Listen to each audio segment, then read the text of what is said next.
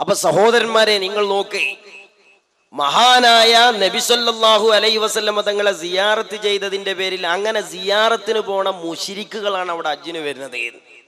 ഈ വിശ്വാസമായിട്ട് ഒരു മുജാഹിദിന് ഈ പട്ടിമറ്റം മഹല്ലിൽ എത്ര ദിവസം ജീവിക്കാൻ കഴിയും? ഗൾഫിക്ക് പോണീന്റെ മുമ്പ് സുന്നിയാണ്, കെട്ടിക്കൊണ്ടുന്നത് സുന്യാജിയാരെ മകളെയാണ്. ഗൾഫിൽ നിന്ന് വന്നപ്പോ ചങ്ങായിക്ക് സുന്യാജിയാര് ചെയ്യണമൊക്കെ ഷിർക്കായി. പക്ഷേ ഷിർക്കാന്ന് പറഞ്ഞാൽ മതിയോ? പണ്ട് ചെയ്ത നിക്കാഹ് ബാത്തിലായില്ലേ? ആജിയരാക്കാന്റെ മകളെ കൊണ്ടേ കൊടുത്തിട്ട് മാണ്ട ചങ്ങായി മൗലവിനെ കൊണ്ടുവന്ന് കണ്ട് ഷിർക്ക് പറയിപ്പിക്കാൻ. ഇത് വെറുതെ പറയാ, ഒറ്റ മുജാഹിദിന് ഇത് വിശ്വാസല്ല. അങ്ങനെ നമ്മൾ എന്ത് ചെയ്തു? ഈ ക്ലിപ്പുകൾ എല്ലായിടത്തും ഇട്ടപ്പോ പിന്നെ മുജാഹിദിന് എന്ത് ചെയ്യാൻ കഴിയണില്ല? വെള്ളിയാഴ്ച 1 കിലോ ഇറച്ചി മക്കൾക്ക് വാങ്ങാൻ കഴിയണില്ല. കാരണം ഇറച്ചിക്ക് ഇങ്ങനെ വരിക്കുമ്പോ ബേക്കിന്ന് തോണ്ടൽ വരും. അല്ല, അവിടെ ആ കുത്തുബിയത്തിലാണ് മൊല്ലാക്കിയ പോത്തിനറുത്തിക്കണത്. ഈ മുശ്രിക്കറുത്ത പോത്തിറച്ചി വാങ്ങാൻ പറ്റുമോ ചങ്ങായി? കുടുങ്ങിയില്ലേ? അതുപോലെ റോട്ട് കൂടെ പോകുമ്പോൾ ചോദിക്കുക, അല്ല ചെങ്ങായി, ആ മുശ്രിക്കാചാര മകളെയല്ലേ കെട്ടിക്കൊണ്ടെന്ന് നിക്കാഹ് ശരി? എങ്ങനെയാ മകനോ സ്കൂളിൽ ചേർക്കുക? സൺ ഓഫ് ചോദിച്ചാൽ കുടുങ്ങൂലേ? നിക്കാഹ് ശരിയായിക്കണോ? അങ്ങനെ കുഞ്ഞിരായും കൊടുക്ക് കുടുങ്ങി മുജാഹിദ്. അപ്പൊ പിന്നെ എന്തായി? മുജാഹിദിന് ഇയാളെ വെള്ള പൂശേണ്ടി വന്നു. ഇതും പറഞ്ഞ് നാട്ടിൽ നടക്കാൻ കഴിയൂല. പിന്നെ എന്താ വെച്ചാല് മുജാഹിദ് കുടുങ്ങണോടത്തൊരു വർത്തനം ഉണ്ടാവും. മുശ്രിക്കായ ബാപ്പ എല്ലാ റാത്തീബിനും അദ്ദാദിനും ഉണ്ടാണ്. ബാപ്പ മരിച്ച മുതൽ ഒരുക്കുമ്പോ മുജാഹിദ് വളരെ സജീവ. മുശ്രിക്കിന്റെ മുതൽ മകന് പറ്റും. മുമ്പ് നമ്മളെ നാട്ടിൽ ഇതേമാതിരി ഒരു കുട്ടി ഗൾഫ് പോയി എന്നപ്പോ മുജാഹിദായി. അവൻ ആകെ ഒരു ഉമ്മയുള്ളത്, ഉമ്മാക്ക് ആകെ ഒരു കുട്ടിയുള്ളത്. ഇവൻ വന്നിട്ട് പറഞ്ഞു, ഉമ്മ നിങ്ങൾ മരിച്ചാൽ ഞങ്ങൾക്കൊന്നും ചെയ്യൂലട്ടോ, നിങ്ങൾക്ക് എന്തെങ്കിലും കിട്ടണേ നിങ്ങൾ തന്നെ ചെയ്തോളിന്നാണ്. ശരിക്കും മരിച്ച മനുഷ്യന്മാർക്ക് കിട്ടാൻ ജീവിച്ചിരിക്കുന്ന ആളുകൾ ചെയ്യണ ഒരു പ്രധാനപ്പെട്ട ഇബാദത്താണ് മയ്യത്തുസ്കാരം. മയ്യത്തുസ്കാരം ഞമ്മക്ക് കൂലിട്ടാനാണെങ്കിൽ സഹോദരന്മാരെ, ആ മയ്യത്ത് മറയത് വന്ന് ആശ്വാസം പോലെ കരിച്ചാൽ പോരെ. എന്തിനാ ഈ നേരല്ലാത്ത നേരത്തെ ആ മയ്യത്ത് മറയണിന്റെ മുന്നേ മയ്യത്തിന്റെ മുന്നിൽ വെച്ചിട്ടൊരു ഫാത്തിയ? അപ്പൊ മുജാഹിദ് പറയണ ഈ മയ്യത്തിന്റെ അടുത്ത് ഫാത്തി ഓതുന്നത് എങ്ങനെയാ നിങ്ങൾ? അത് കക്കൂസിൽ ഫാത്തി ഓതുന്ന മാതിരിയാണ്. എന്താ ആലോചിക്കും? മയ്യത്ത് സ്കരിക്കുമ്പോ ഫാത്തിയ സൂറത്ത് തന്നെയല്ലോ ഓതുന്നത്. മരിച്ചോടത്ത് ഖുർആൻ ഓതലാണോ മാതൃഭൂമി വായിക്കലാണോ നല്ലതെന്ന് ചോദിച്ചാൽ മൗലവി പറഞ്ഞു കൊടുക്കുക, ഞാൻ പറയും മാതൃഭൂമി വായിക്കലാ നല്ലത്. കാരണം എന്താ? ഒരാളോട് ചോദിച്ചു, കക്കൂസിൽ ഖുർആൻ ഓതലാ മാതൃഭൂമി വായിക്കലാ നല്ലതെന്ന് ചോദിച്ചാൽ മൗലവി പറയാണ്, ഞാൻ പറയാടെ മാതൃഭൂമി വായിക്കലാ നല്ലത്. ഇങ്ങോട്ട് ചോദിക്കണെങ്കിൽ ഞാൻ പറയാടെ രണ്ടും വായിക്കാൻ പറ്റൂല. അറിയിക്കും കക്കൂസിൽ പോയി വായിച്ചു തീർക്കുക. മൗലവി പറയാണ് മരിച്ചു കിടക്കണോടത്ത് ഖുർആൻ ഓതൽ കക്കൂസ് കിടക്കണതിന് സമാനമാണ്. ഈ അബ്ദുൽ ലത്തീഫ് കരിമ്പില ഒരു സാധനത്തിന് കേട്ടില്ലേ? മൂപ്പരിയായിട്ട് ഇവിടെ വെച്ചിട്ട് സുലൈമാൻ സക്കാഫി ഒരു വീട്ടിൽ വെച്ചിട്ട് ഒരു ചെറിയ ഡയലോഗ് നിങ്ങളൊക്കെ അറിഞ്ഞിട്ടുണ്ടാവും കുറച്ചു മുമ്പ്. അപ്പോ അലവി സക്കാഫിന്റെ ചോദ്യം എന്താ? ചോദ്യം എന്നറിയോ? ചോദ്യം അതാണ്, ഒരു മരിച്ച വീട്ടിൽ ഖുർആൻ വായിക്കലാണോ നല്ലത്, മാതൃഭൂമി, മലയാള മനോരമ, മാധ്യമം പോലെയുള്ള പത്രങ്ങൾ വായിക്കലാണോ നല്ലത്? അപ്പോ വിവരല്ലേലോ. അതുകൊണ്ട് മൂപ്പര മറുപടി എന്താ അറിയോ?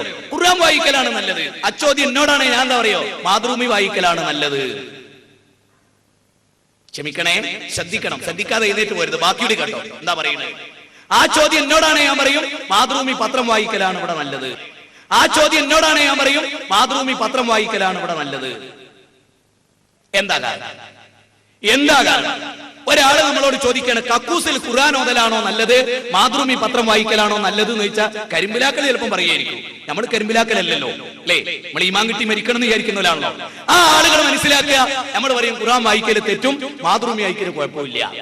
നിങ്ങൾ ആലോചിച്ച് നോക്കി സഹോദരന്മാരെ, മാതൃഭൂമി വായിക്കാൻ കുഴപ്പം. കാരണം എന്താ? ബാപ്പാന്റെ മയ്യത്ത് കടത്തിയത് ബാത്റൂമിന്. എന്തിനാ മുജാഹിദ് അവിടെ കൊണ്ടുപോയി ബാപ്പാനെ കടത്തുന്നത്? ഒരു ഖുർആൻ ഓതാൻ പറ്റിയെടുത്ത് കടത്തിക്കൂടെ? എന്താ? അപ്പൊ ഇതൊക്കെയാണ് ശരിക്കും. എന്താ വെച്ചാൽ മരിച്ചോടത്ത് ഖുർആൻ ഓതാ, ഈ മയ്യത്തിനെ മുമ്പിൽ വെച്ചിട്ടല്ലേ നമ്മൾ മയ്യത്ത് സ്കാരത്തിൽ ഖുർആൻ ഓതണ്? അത് കക്കൂസിന്റെ മാതിരി ആകണുണ്ടോ? തലയും പാലും ഇല്ലാത്തൊരു വർത്താനം എന്നല്ലാതെ എന്താ അതിനെപ്പറ്റി പറയാ?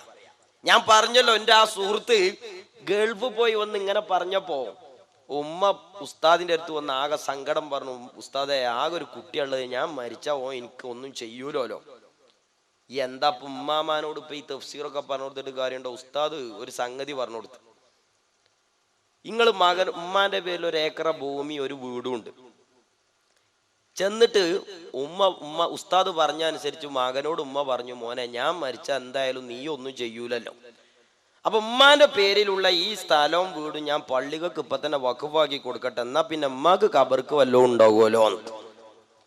ഒരു മാസം കഴിഞ്ഞ് കണ്ട് ഉസ്താദ് ഉമ്മാനെ കണ്ടു, എന്താ മകന്റെ വർത്താനം ചോദിച്ചു. അപ്പൊ ഉമ്മ പറയാ, അതിന് ഉസ്താദ് ഓൻ അങ്ങനെയൊന്നും പറഞ്ഞതല്ലോ.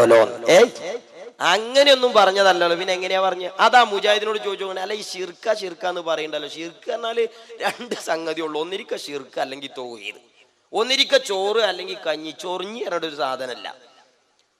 അപ്പൊ മുജാഹിദിനോട് ചോദിച്ചു, ചെങ്ങായെ ഞങ്ങൾ ബദരീങ്ങളെ വിളിക്കണത് ഷിർക്കാണോ? എന്നാ ഞങ്ങൾ അബൂജഹൽ ചെയ്ത പണിയാണ്. അബൂജഹലിന്റെ മകളെ കെട്ടാനും അബൂജഹലിന്റെ കൂടെ നിസ്കരിച്ചാനും പറ്റൂല, അതുകൊണ്ട് ഒന്നിരിക്ക അവിടെ നിൽക്കുക. അല്ലെങ്കിൽ ഞങ്ങൾ ചെയ്യണത് അതിനത് അങ്ങനെയല്ല. പിന്നെ എങ്ങനെയാ? അവിടെയാണ് വിഷയത്തേക്ക് എത്തുമ്പോൾ മുജാഹിദിന്റെ നിലപാടുണ്ടാകുക. ആലോചിച്ച് നോക്കൂ സഹോദരന്മാരെ, അപകടം. പാണക്കാട് തങ്ങൾ ഇസ്ലാം എന്ന് പുറത്ത്, ശൈഖുന കാന്തപുരം ഉസ്താദ് അബൂജഹലിനെക്കാളും അപ്പുറം. പിന്നെ ഇസ്ലാമിന്റെ ഉള്ളിൽ ആരറിയങ്ങള്? ഇസ്ലാമിന്റെ ഉള്ളിലുള്ളത് ദൈവമേ കാക്കണേ എന്ന് പറയുന്ന ബാലേട്ടൻ ഇസ്ലാമിന്റെ ഉള്ളില്. മുജാഹിദ് അതാ മനസ്സിലാക്കിയ, ദൈവേന്ന് ഒരാളാണ് പറയുമ്പോ, അള്ളാന്ന് ഒരാളാണ് പറയുമ്പോത്തിന് ഒക്കെ അള്ളയാവുന്നു. അള്ളാഹുവിലുള്ള വിശ്വാസം എന്ന് പറഞ്ഞാൽ എന്താ കുട്ടി? ഖുർആനിൽ പിന്നെ ഒരായത്തുണ്ട്, പിന്നെ മക്കാ മുശ്രിക്കുകൾ കുടുങ്ങുമ്പോ എന്ത് ചെയ്യും? മക്കാ മുശ്രിക്കുകൾ ഒരു ദൈവിക സഭയെ വിശ്വസിച്ചു, അതില് വല്യമ്പുരാനും ചെറിയ തമ്പുരാനും ഒക്കെ ഉണ്ട്. അപ്പൊ കുടുങ്ങണ സമയത്ത് ഇവര് മനസ്സിലാക്കിയൊരു വല്യമ്പുരാനെ ഓല് അള്ളാന്ന് വിളിക്കും. അതിനെ സംബന്ധിച്ചാണ് ഖുർആൻ പറഞ്ഞത്, വമാ ഖദറുല്ലാഹ ഹഖ ഖദ്രിഹി. മുസ്ലിങ്ങളോട് പഠിപ്പിക്കണ അള്ളാനെ അല്ലട്ടോ ഓല് മനസ്സിലാക്കിയെന്ന് ഖുർആനിലുണ്ട്. അത് മുസ്ലിങ്ങളെ അല്ല കുട്ടി, അത് അവര് മനസ്സിലാക്കിയ ഏതോ ഒരു ഊഹാഭോഗത്തിലുള്ള ദൈവമാണ്. മക്കാ മുശ്രിക്കുകൾ പറയുന്ന അള്ളാ. ഒരു കുട്ടിക്ക് സംശയം അതാണ്. അപ്പൊ ഇങ്ങനെ പറയണ്ടല്ലോ, അതിനെ സംബന്ധിച്ച് തന്നെ ഖുർആൻ വമാ ഖദറുല്ലാഹ ഹഖ ഖദ്രിഹി. അവര് പറയുന്ന അള്ളാ അത് മുസ്ലിങ്ങൾ മനസ്സിലാക്കിയ അള്ളയല്ല. മാത്രമല്ല അവർ ഏകനായ അള്ളാനെ വിശ്വസിച്ചിട്ടില്ല. ഇദാ ഖീല ലഹു ലാ ഇലാഹ ഇല്ലല്ലാഹ് ഇസ്തഗ്ബിറു. ഞാൻ നേരത്തെ ചോദിച്ചു, ലാ ഇലാഹ ഇല്ലല്ലാഹയിൽ എവിടെയാണ് വിശ്വസിച്ചിട്ടുള്ളത്? അത് പറയും. ഇതിലൊന്നും ലാ ഇലാഹ ഇല്ലല്ലാഹ് വിശ്വസിച്ചു എന്നില്ല. ലാ ഇലാഹ ഇല്ലല്ലാഹയിൽ മക്കാ മുശ്രിക്കുകൾക്ക് വിശ്വാസമുണ്ട് എന്ന് പറയുന്ന ഒരു ആയത്ത് ഖുർആനിൽ ഇല്ല കുട്ടി. പിന്നെന്താ? അവര് മനസ്സിലാക്കിയ ഒരു വല്യമ്പുരാനെ കാക്കണേ എന്ന് പറയും. ഒരാള് അള്ളാന്ന് പറയുമ്പോ തോന്നോ മുസ്ലിമായി. ഞാൻ നേരത്തെ പറഞ്ഞല്ലോ, ഈ പ്രപഞ്ചത്തിനൊരു രക്ഷിതാവുണ്ട് എന്ന് മനസ്സിലാക്കി. ഗ്രീക്ക് തത്വശാസ്ത്രത്തിലൊക്കെ കുറെ ആളുകൾ, ചിന്തകന്മാർ എന്ത് മനസ്സിലാക്കി? ഈ പ്രപഞ്ചത്തിന്റെ ഘടനയൊക്കെ മനസ്സിലാക്കിയിട്ട് അവർ പറഞ്ഞു, ഈ ലോകത്തിനൊരു രക്ഷിതാവുണ്ട്, ഈ ലോകത്തിനൊരു ദൈവമുണ്ട് എന്ന് അവർ പറഞ്ഞു. അത് അള്ളയാവോ? വമാ ഖദറുല്ലാഹ ഹഖ ഖദ്രിഹി. ഇദാ ഖീല ലഹും ലാ ഇലാഹ ഇല്ലല്ലാഹ് യസ്തക്ബിറൂൻ. അല്ലാതെ വേറെ ഇലാഹ ഇല്ല എന്ന് പറഞ്ഞാൽ ഓല് വിശ്വസിക്കലല്ല, ഓല് കിബിർ നടിക്കലാണ്. ലാ ഇലാഹ ഇല്ലല്ലാഹയിൽ വിശ്വസിച്ചു എന്ന് ഇല്ല. പക്ഷെ മുജാഹിദ് മനസ്സിലാക്കിയത്, ഒരാൾ ഏതെങ്കിലും നിലക്കൊരു ദൈവത്തിന്റെ പേരാണ് പറയുമ്പോത്തിനും മുസ്ലിമായി. ഒരു മൗലവി പറയാണ്, ഒരു ഇടവഴിയിലൂടെ ഒരാൾ ഇങ്ങനെ നടക്കുകയാണ്. അപ്പൊ ഒരു പെരീന്ന് എന്ത് കേൾക്കുന്നുണ്ട്? ദൈവമേ കാക്കണേന്ന് കേൾക്കുന്നുണ്ട് ബാലേട്ടന്റെ വീട്ടിൽ നിന്ന്. മൊയ്തീൻ ശൈഖേ കാക്കണേന്ന് കേൾക്കുന്നുണ്ട് അബോക്കരാജിന്റെ വീട്ടിൽ നിന്ന്. എന്നാ മനസ്സിലാക്കണം, ദൈവമേ കാക്കണേ എന്ന് പറഞ്ഞ ബാലേട്ടനാണ് യഥാർത്ഥ മുസ്ലിമേ. ബദരീങ്ങളെ കാക്കണേ എന്ന് പറഞ്ഞ മുസ്ലിമാണ് കാഫിർ. നിങ്ങൾ ആലോചിച്ച് നോക്കി. ദൈവമേ കാക്കണേ എന്ന് അതുവരെ അമ്പലത്തിൽ മാത്രം പോയ ബാലൻ, അതുവരെ അമുസ്ലിം തറവാട്ടിൽ മാത്രം ജീവിച്ച ബാലൻ, മുസ്ലിം പള്ളിയുമായോ മുസ്ലിം സംസ്കാരവുമായോ ഒരു ബന്ധവും ഇന്ന് വരെ വെച്ചു പുലർത്താത്ത ഒരു ബാലൻ വീടിന്റെ ഉള്ളിൽ നിന്ന് ദൈവമേ എന്നാണ് പറയുമ്പോത്തിനോ യഥാർത്ഥ മുസ്ലിമാന്ന് പറയാൻ പറ്റുമോ? മുജാഹിദെ, മുസ്ലിങ്ങൾ പറയുന്ന അള്ളാനെ സംബന്ധിച്ചാണോ ബാലൻ ദൈവം എന്ന് പറയുന്നത്? മുജാഹിദിന്റെ വാദപ്രകാരം അങ്ങനെയാണെങ്കിൽ പോലും ദൈവത്തെ വിശ്വസിച്ചുകൊണ്ട് മാത്രം മുസ്ലിം ആകുമോ? മുഹമ്മദുർ റസൂലുള്ളാഹി വിശ്വസിക്കണ്ടേ? അപ്പോ മുജാഹിദ് പറയാണ്, ഒരു വീട്ടിൽ നിന്ന് ദൈവമേ കാക്കണേ എന്ന് കേട്ടു ബാലേട്ടന്റെ വീട്ടിൽ നിന്ന്, അത് യഥാർത്ഥ മുസ്ലിമാണ്. അപ്പുറത്ത് സുബൈക്ക് വരെ നിക്കരിച്ചാൻ വരുന്ന അബോക്കരാജ് ഉണ്ട്. മൂപ്പര വീട്ടിൽ നിന്ന് ബദരീങ്ങൾക്ക് അള്ള കൊടുത്ത കറാമത്ത് വിചാരിച്ചുകൊണ്ട് ബദരീങ്ങളെന്ന് വിളിച്ചതാണ്. മുസ്ലിം തറവാട്ടിലാണ് ആജിക്ക ജനിച്ചത്. മുസ്ലിം പള്ളിക്കൊക്കെയാണ് നിസ്കരിക്കാൻ പോകല്. 24 മണിക്കൂർ ലാ ഇലാഹ ഇല്ലല്ലാഹ് എന്ന് ദിക്ർ ചൊല്ലണ ആജിക്കയാണ്. ആജിക്ക സംസ്കാരം കൊണ്ടും അഡ്രസ് കൊണ്ടൊക്കെ പൂർണ്ണ മുസ്ലിം. മൂപ്പര് ബദരീങ്ങളെ എന്ന് വിളിച്ചപ്പോ ഇതിന് കാഫിർ. സംസ്കാരം കൊണ്ടും അഡ്രസ് കൊണ്ടൊക്കെ അമുസ്ലിമായ മനുഷ്യൻ. അയാള് ദൈവമേ എന്ന് പറഞ്ഞപ്പോത്തിന് യഥാർത്ഥ മുസ്ലിം പറയുന്ന നോക്കി നിങ്ങൾ. യഥാർത്ഥത്തിൽ ദൈവമേ രക്ഷിക്കണേ എന്ന് പറഞ്ഞ ബാലേട്ടനാണ് യഥാർത്ഥ മുസ്ലിം. മൊയ്തീൻ ശൈഖേ രക്ഷിക്കണേ എന്ന് പറഞ്ഞവനാണ് കാഫിർ. ആലോചിച്ച് നോക്കുങ്ങൾ. 24 മണിക്കൂറും പള്ളിക്ക് വരുന്ന ഒരു ആജിയക്ക മൊയ്തീൻ ശൈഖിന് അള്ള കൊടുത്ത കറാമത്ത് ചോദിച്ചാൽ അയാൾ ഇസ്ലാം എന്ന് പുറത്ത്. ഒരൊറ്റ വാക്കത്തിന് പള്ളി കയറാത്ത ബാലേട്ടൻ ലാ ഇലാഹ ഇല്ലല്ലാഹ് വിശ്വസിച്ചിട്ടില്ല, മാർഗ കല്യാണം കഴിച്ചിട്ടില്ല, പൊന്നാനി പോയിട്ടില്ല, കൺവെർട്ട് ചെയ്തിട്ടില്ല, ഇപ്പോഴും അമ്പലത്തിക്കാ പോണത്. മൂപ്പര് ദൈവേന്ന് പറഞ്ഞപ്പോത്തിന് ഇസ്ലാമിന്റെ ഉള്ളില് യഥാർത്ഥ മുസ്ലിം എന്നാ പറഞ്ഞത്. ഇത് മതമാനസിക. നിങ്ങളൊന്ന് ആലോചിച്ച് നോക്കി. ഇസ്ലാമിന്റെ യഥാർത്ഥ തിയറിയിൽ നിന്ന് പുറത്തു പോകുന്ന അപകടങ്ങളാണ്. പ്രിയപ്പെട്ട സഹോദരന്മാരെ, നബി സല്ലല്ലാഹു അലൈഹി വസല്ലമ തങ്ങൾ പഠിപ്പിച്ച വിശ്വാസം ലാ ഇലാഹ ഇല്ലല്ലാഹ് മുഹമ്മദുർ റസൂലുള്ളാഹ് എന്ന തൗഹീദിന്റെ കലിമ, അത് വിശ്വസിക്കാൻ കൽപ്പിച്ചതുപോലെ വിശ്വസിച്ചാൽ അത് ഈമാനാണ്. ഇന്ന് വരെ ഇവിടെ നിലനിന്ന ഇസ്ലാം മുഴുവനും ഇസ്ലാം തന്നെയാണ്. പക്ഷേ മുജാഹിദുകൾ ചെയ്യണ പണി എന്താ പറയുക? ഒരു മുസ്ലിം ചെറുപ്പക്കാരൻ മുജാഹിദ് പോയാൽ അവനെ ആദ്യം പഠിപ്പിച്ചു കൊടുക്കണ എന്താ പറയുക? നിങ്ങള് മുസ്ലിയാക്കന്മാരെ വിശ്വസിക്കരുത് എന്നാ.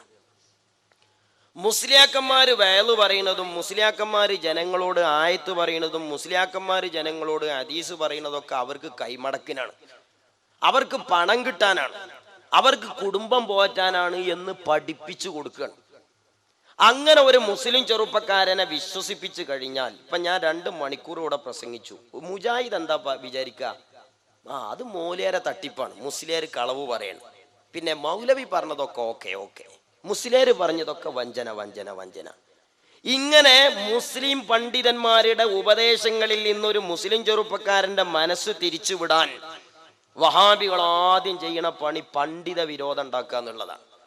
അതിന്റെ ഭാഗമായി ഒരു മുജാഹിദ് മൗലവി പ്രസംഗിക്കണത് നിങ്ങൾക്ക് കേൾക്കുക. എന്താ അയാൾ പറയണറിയോ? ഈ മുസ്ലിയാക്കന്മാർക്കൊക്കെ കുറച്ച് പൈസ പിരിച്ചുകൊണ്ട് കൊടുക്കണം നമുക്ക്. എന്താ മുസ്ലിയാക്കന്മാർക്ക് ഫണ്ട് പിരിച്ചു കൊടുത്താനുള്ള ഉപകാരം? എന്നാ പിന്നെ മുസ്ലിയാക്കന്മാരൊന്നും പ്രസംഗിക്കാൻ വരൂല.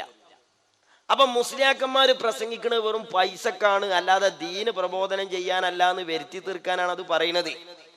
അതൊരു മുജാഹിദ് വിശ്വസിച്ചു കഴിഞ്ഞാൽ പിന്നെ നമ്മൾ ഈ ജിബ്രീലിനെ കൊണ്ടുവന്ന് ആയത്ത് പറയിപ്പിച്ചിട്ടും കാര്യമില്ല, മുജാഹിദ് കുട്ടി വിശ്വസിക്കൂല, അത് തട്ടിപ്പാന്ന് പറഞ്ഞാണ് പോകും.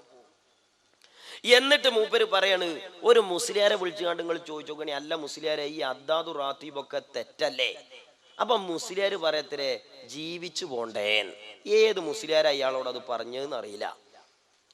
എന്നിട്ട് മൂപ്പര് പറയാണ്, അപ്പൊ മൗലവി മനസ്സിലാക്കിയാൽ എന്താ പറയുക? ഹദ്ദാദിൽ 4 ഫാത്തി ഓതുവല്ലോ ചുരുങ്ങിയത്, അല്ലെങ്കിൽ 5 ഫാത്തി. ഈ ഫാത്തി ഓരോ ഫാത്തിയക്ക് വെച്ചിട്ട് 100 ഉറുപ്യ മൗലവി കണക്കൂട്ടുകയാണ്. അപ്പൊ ഇശാമാരിബിന്റെ ഇടയിൽ ഒരു മുസ്ലിയാരെ വരുമാനത്തിനായി 400-500 ഉറുപ്യ. 5 വഖത്ത് നിസ്കാരത്തിൽ ഓരോ റക്കായത്തിലും ഫാത്തിയ, ഓരോ ഫാത്തിയക്ക് എത്ര 100 ഉറുപ്യ. അപ്പൊ വരുമാനത്തിലെ ഒരു മൂല്യരെ മുസ്ലിയാരെ ശമ്പളം മൗലവിന്റെ കാൽക്കുലേറ്ററിൽ ഇങ്ങനെ കൂട്ടിക്കാൾ പള്ളി കമ്മിറ്റിക്കും മുസ്ലിയാർക്കും അല്ല ഇപ്പൊ ഇതിന്റെ ഇടങ്ങേറും ബുദ്ധിമുട്ടും അറിയുള്ളൂ. മൗലവിക്ക് ഇപ്പൊ കണക്കൂട്ടിയാ പോരെ. എന്നിട്ട് മൗലവി പറയാണ്, ബഹുമാനപ്പെട്ട പേരോട് ഉസ്താദ് വഹാബിസത്തെ നന്നായി ഗണ്ണിക്കും. ആരാണോ വഹാബിസത്തെ നന്നായി ഗണ്ണിക്കണ് അവരെ സംബന്ധിച്ച് നന്നായി തെറ്റിദ്ധാരണ ഉണ്ടാക്കാൻ വേണ്ടിയിട്ട് മൗലവി പറയാണ്, പേരോടിനൊക്കെ കുറച്ച് തോനെ പൈസയാണ് കൊടുക്കണം, എന്നാ പിന്നെ പേരോടൊന്നും പ്രസംഗിക്കൂല. മുജാഹിദ് കുട്ടികൾ അത് കേട്ട് ഇങ്ങനെ ഈമാൻ കൊള്ളാണ്. അപ്പൊ മുസ്ലിംമാര് പറയണൊക്കെ തട്ടിപ്പാട്ടോ എന്നാണ് ഈമാൻ കൊള്ളാണ്. അങ്ങനെ വിശ്വസിച്ചു കഴിഞ്ഞാൽ പിന്നെ കൂട്ടുകാരാ, ഞങ്ങൾ പറയണൊന്നും കേൾക്കാൻ നിന്റെ മനസ്സ് പാകപ്പെടൂല. അന്ധമായി മൗലവിമാരെ തഖ്ലീദ് ചെയ്യാതെ ഉസ്താദുമാര് പറയുന്നതിലും സത്യമുണ്ടോ എന്ന് നോക്കട്ടെ. അവര് വെറും പണത്തിന് വേണ്ടി ജീവിക്കുന്നവരാണ് എന്ന് ധരിച്ചുകൊണ്ട് ഇസ്ലാമിന്റെ ഹക്കിനെതിരെ മുഖം തിരിക്കാൻ മൗലവിമാരുണ്ടാക്കുന്ന പണ്ഡിത വിരോധ പ്രഭാഷണം നോക്കുങ്ങൾ തന്നെ പറയുന്നത്. അല്ല, ആ അണ്ണാക്ക് തള്ളി കൊടുക്കുക ഒരു 50,000 60,000, എന്നിട്ട് 1.5 മാസം മിണ്ടാണ്ട് തിരിക്കാൻ പറയാം. എന്നാൽ തന്നെ ഒരുപാട് മനുഷ്യന്മാർ രക്ഷപ്പെടും. എനിക്കൊരു പുതിയ പോളിസി, ഒരു പദ്ധതികളുണ്ടാവും. പള്ളിക്കൊക്കെ പൈസ പിരിക്കുന്നതിനേക്കാളും മുസ്ലിയാക്കന്മാർക്ക് വേണ്ടി നല്ലൊരു ഫണ്ട് റൈസ് ചെയ്യുക, ഒരു 50 കോടി ഉറുപ്പിയൊക്കെ. എന്നിട്ട് ഓരോ പള്ളിയിലെ മുസ്ലിയാക്കന്മാരോട് കുറച്ച് കാലത്തേക്ക് പ്രസംഗിക്കേണ്ട, പൈസയല്ലേ പ്രശ്നം, അതിതാ ഒരു 10 കോടി, ഒരു 5 കോടി, ഒരു 1 കോടി, അത് തീരുന്നവരെ. അക്കാലയളവിൽ ഞങ്ങൾ വയൽ അറിഞ്ഞോടാ, എന്നാ ആ കാലയളവ് കുറെ എണ്ണം സ്വർഗത്തിലേക്ക് നല്ല മനുഷ്യന്മാരായിട്ട് പോകും. നല്ല കോലുണ്ടാവും. മൂല്യന്മാരൊക്കെ പ്രസംഗം നിർത്തി മുജാഹിദീങ്ങളെ പ്രസംഗിക്കാൻ വിട്ടാല് എത്ര കുട്ടികൾ ഓവാലത്തുമ്മക്ക് പെണ്ണ് കാണാൻ പോയി കണ്ട് അടിയിട്ടുങ്ങളൊന്നും ആലോചിച്ച് നോക്കി. ഇത് ഞാൻ വെറുതെ പറയല്ല. നിങ്ങളൊരു മുസ്ലിയാരെ സ്വകാര്യമായിട്ട് വിളിച്ചു ചോദിക്കും, മുസ്ലിയാരെ നിങ്ങൾ ചെയ്യുന്ന അദ്ദാദ് റാത്തീബ് ഇതൊക്കെ തെറ്റല്ലേ, ജീവിക്കണ്ടേ എന്ന് ചോദിക്കുകയാണ്. നിങ്ങൾക്ക് എത്ര ശമ്പളം കിട്ടുന്നത്? 1500. നിങ്ങൾക്ക് എത്ര കിമ്പളോ? 15,000. പിന്നെ എങ്ങനെ കിമ്പളം ഒഴിവാക്കി ശമ്പളത്തിൽ മാത്രം നിൽക്കൂ? അതുകൊണ്ടാണ് ഞാൻ പറഞ്ഞത് 50,000 വീതം മാസം ഏറ്റവും പേരോടക്കമുള്ള ആളുകൾക്ക്, കുറച്ച് സ്ട്രോങ് ഉള്ള ആളുകൾക്കൊക്കെ നല്ല സംഖ്യയായിട്ട് കൊടുക്കുക. നിങ്ങൾ അവിടെ ഇരുന്നോളി അറിയാം. കുറച്ച് സ്ട്രോങ്ങില് മുജാഹിദിനെ ഗണ്ണിക്കണോലെ പറ്റി കുറച്ച് സ്ട്രോങ്ങില് തെറ്റിദ്ധരിപ്പിക്കുക, എന്നാലല്ലേ കുഞ്ഞാടുകൾ കൂടെ നിൽക്കുള്ളൂ. അപ്പൊ മുസ്ലിയാക്കന്മാരൊക്കെ വേന്ന് അറിയണത് തട്ടിപ്പിന്. എന്നാ മുജാഹിദീങ്ങൾ ആരറിയങ്ങള്? മൗലവി സ്വയം പരിചയപ്പെടുത്തുകയാണ്. KNM എന്ന് പറഞ്ഞാൽ എന്താ പറയുക, ദൈവത്തിന്റെ സമ്മാനാണ് എന്നാ മൗലവി. ഞങ്ങളൊക്കെ നിങ്ങൾക്കുള്ളേ ദൈവത്തിന്റെ സമ്മാന. എന്താ കാരണം എന്നറിയങ്ങള്? ഞങ്ങൾ നിങ്ങളെയൊന്ന് പൈസ പിരിക്കലില്ലല്ലോ, പാട്ടപ്പിരിവ് നടത്താറില്ലല്ലോ, അതുകൊണ്ടൊക്കെയാണ് ദൈവത്തിന്റെ സമ്മാനായത് എന്നാ. ഇത് പ്രസ്ഥാനം നിങ്ങൾക്ക് ഗിഫ്റ്റ് ഓഫ് ഗോഡ്. അള്ളാന്റെ സമ്മാനമാണ് KNM. പടച്ചോന്റെ സമ്മാനമാണ് ISM. പടച്ചോന്റെ സമ്മാനമാണ് MSM. പടച്ചോന്റെ സമ്മാനമാണ് ഞങ്ങൾ നിങ്ങൾക്ക്. ഞങ്ങൾ നിങ്ങളോട് പൈസ പിരിച്ചോ? ഉണ്ടോ? ഞങ്ങൾ നിങ്ങളോട് പൈസ പിരിച്ചോ? ഞങ്ങൾ നിങ്ങളോട് ഫണ്ട് വാങ്ങി ഉണ്ടോ? വെറുതെ ഉണ്ടായോ? പാട്ടപ്പിരിവടക്കിയോ? നിങ്ങൾ ആലോചിച്ച് നോക്ക്, ഇത് ആരോടാ ചോദിക്കറിയങ്ങള്? മുജാഹിദീങ്ങള് അവരെ കുറച്ച് ഒളിയത്തരച്ചിയും കുറച്ച് സാമ്പത്തികവും കിട്ടി ജീവിക്കണ കുറച്ച് കുഞ്ഞാടുകളെ മുന്നിലിരുത്തും. എന്നിട്ട് അവരോടാ ചോദിക്കുക, പിരിച്ചിക്കണോ ചോദിക്കും. പിരിച്ചിക്കണെന്ന് അനുഭവം ഉണ്ടായാലും കുഞ്ഞാടുകൾ മുണ്ടൂല, കാരണം വേറെ എന്തെങ്കിലും കിട്ടണത് മുടങ്ങണ്ടെന്ന് കരുതിയിട്ട്. മുജാഹിദ് പിരിക്കണുണ്ടോ അല്ലേ നോക്കാൻ നിങ്ങൾ ഒരു മൗലവി പെരുന്നാൾ ഹുത്ത് ബോധുമ്പം കാണാം മുജാഹിദീങ്ങളെ എടി കൂടെ പിരിവിന്റെ പാട്ട് ഇങ്ങനെ പോണു.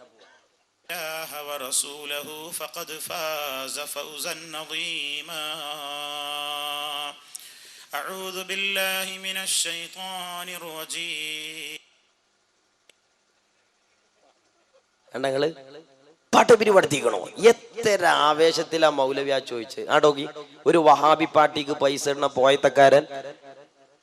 ഇനി നോക്കുങ്ങള് അതേ മുജാഹിദ് മൗലവി പറയണ് എന്ത്, ഖുർആൻ ക്ലാസ്സിന് വിളിച്ചുകാണ്ട് പെണ്ണുങ്ങളോട് പറയണ എന്താ അറിയോ? നിങ്ങളെ കയ്യിലുള്ള ആഭരണം, കാതിലുള്ള ആഭരണം. മൗലവി ഇങ്ങനെ പറഞ്ഞ് കാണാപ്പാടം പഠിച്ചു പറയണ്ട. എങ്ങനെയാത്? നമ്മളെ ഭാര്യമാരെ മേത്തൊന്നും അങ്ങനെ സ്വർണ്ണല്ല. പിന്നെ അന്യ പെണ്ണുങ്ങളെ മേത്തുന്നപ്പോ നമുക്ക് കാണാപ്പാടം പഠിക്കാൻ പറ്റൂലല്ലോ. പിന്നെ നമ്മളെ മിമ്പറിന്റെ മുകളിൽ കയറിയ വാൽക്കണിയിൽ പെണ്ണുങ്ങളായിട്ട് ഉണ്ടാവൂല. മൗലവിക്ക് ഇതൊക്കെ കാണാപ്പാടം. എന്നിട്ട് മൂപ്പര് ആ സ്വർണത്തിന്റെ ഒക്കെ പറഞ്ഞിട്ട് പറയണ അതൊക്കെ ഇട്ടിട്ട് ബക്കറ്റിൽ ഇട്ട് കണ്ട് പോയിക്കോളി, നമുക്ക് സ്വർഗം തരാന്ന്. സ്ത്രീകൾ പലപ്പോഴും ക്ലാസ് അല്ലേ എന്ന് വിചാരിച്ചിട്ട് പൈസ കൊണ്ടുവരില്ല. ഒന്നുകൊണ്ടും ബേജാറാണ്ട. കയ്യിന്റെ 2 വിരലിലുള്ള മോതിരം, കൈത്തണ്ടയിലുള്ള വള, കഴുത്തിലുള്ള മാല, അരയിൽ തൂക്കിയ അരഞ്ഞാണം, ഇതൊക്കെ ആഭരണമാണ്, ഇതൊക്കെ സ്വർണമാണ്, ഇതൊക്കെ പുണ്യമുള്ള കാര്യമാണ്. അതുകൊണ്ട് അത് അഴിച്ചിട്ട് അവിടെ ബക്കറ്റുണ്ട്, അവിടെ ഇടുക. 1 പവൻ, 2 പവൻ, 5 പവൻ. ഇത് വെറുതെ പറയല്ല. സ്വർണം വേണമോ സ്വർഗം വേണമോ എന്നാലോചിക്കുക. എന്താണ്? സ്വർണം വേണമോ സ്വർഗം വേണമോ എന്ന് ആലോചിക്കുക. എന്താ വേണ്ടത്? സ്വർണം വേണമോ സ്വർഗം വേണമോ എന്ന് ആലോചിക്കുക. എന്നിട്ട് ആലോചിച്ചോ മുജാഹിദേ, മുസ്ലിംമാര് ദീനിന് വേണ്ടി പൈസ പിരിക്കണത് പറഞ്ഞുകാണ്ട് നിന്നെ കുപ്പിയിലാക്കിയാണ്ട് ആ മുജാഹിദ് കൂടെ കൂട്ടിയത്. സുന്യാള് പിരിക്കലുണ്ട്. റമദാൻ മാസം 30 ദിവസം നല്ല വയല് പറഞ്ഞ് പിരിക്കും. പക്ഷെ പിന്നെ വല്ല പൈസയും കയ്യിലുണ്ടെങ്കിൽ നമ്മൾ പെരുന്നാൾക്ക് സ്ത്രീകളെ വെറുതെ വിടും. ഞാൻ പൈസക്ക് എന്ത് ചെയ്തോട്ടെ, വല്ല ഇറച്ചിയും വാങ്ങി പെരുന്നാൾ കഴിച്ചോട്ടെ.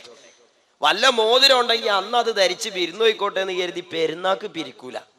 മുജാഹിദ് പെരുന്നാൾ നിസ്കാരത്തിനും പെണ്ണുങ്ങളെ വിളിച്ചിട്ട് പിരിക്കണം. അതിന് പിരിവ് എന്നല്ല പറയാ, കൊള്ളാന്നാ പറയാ. ഞാൻ നിങ്ങളോട് പറയുന്നു, നിങ്ങൾ നിങ്ങളുടെ ആഭരണങ്ങൾ ഈദ് മുസല്ലയിലെ ബക്കറ്റുകളിൽ അയച്ചിടൂ, നിങ്ങൾക്ക് സ്വർഗം ലഭിക്കും.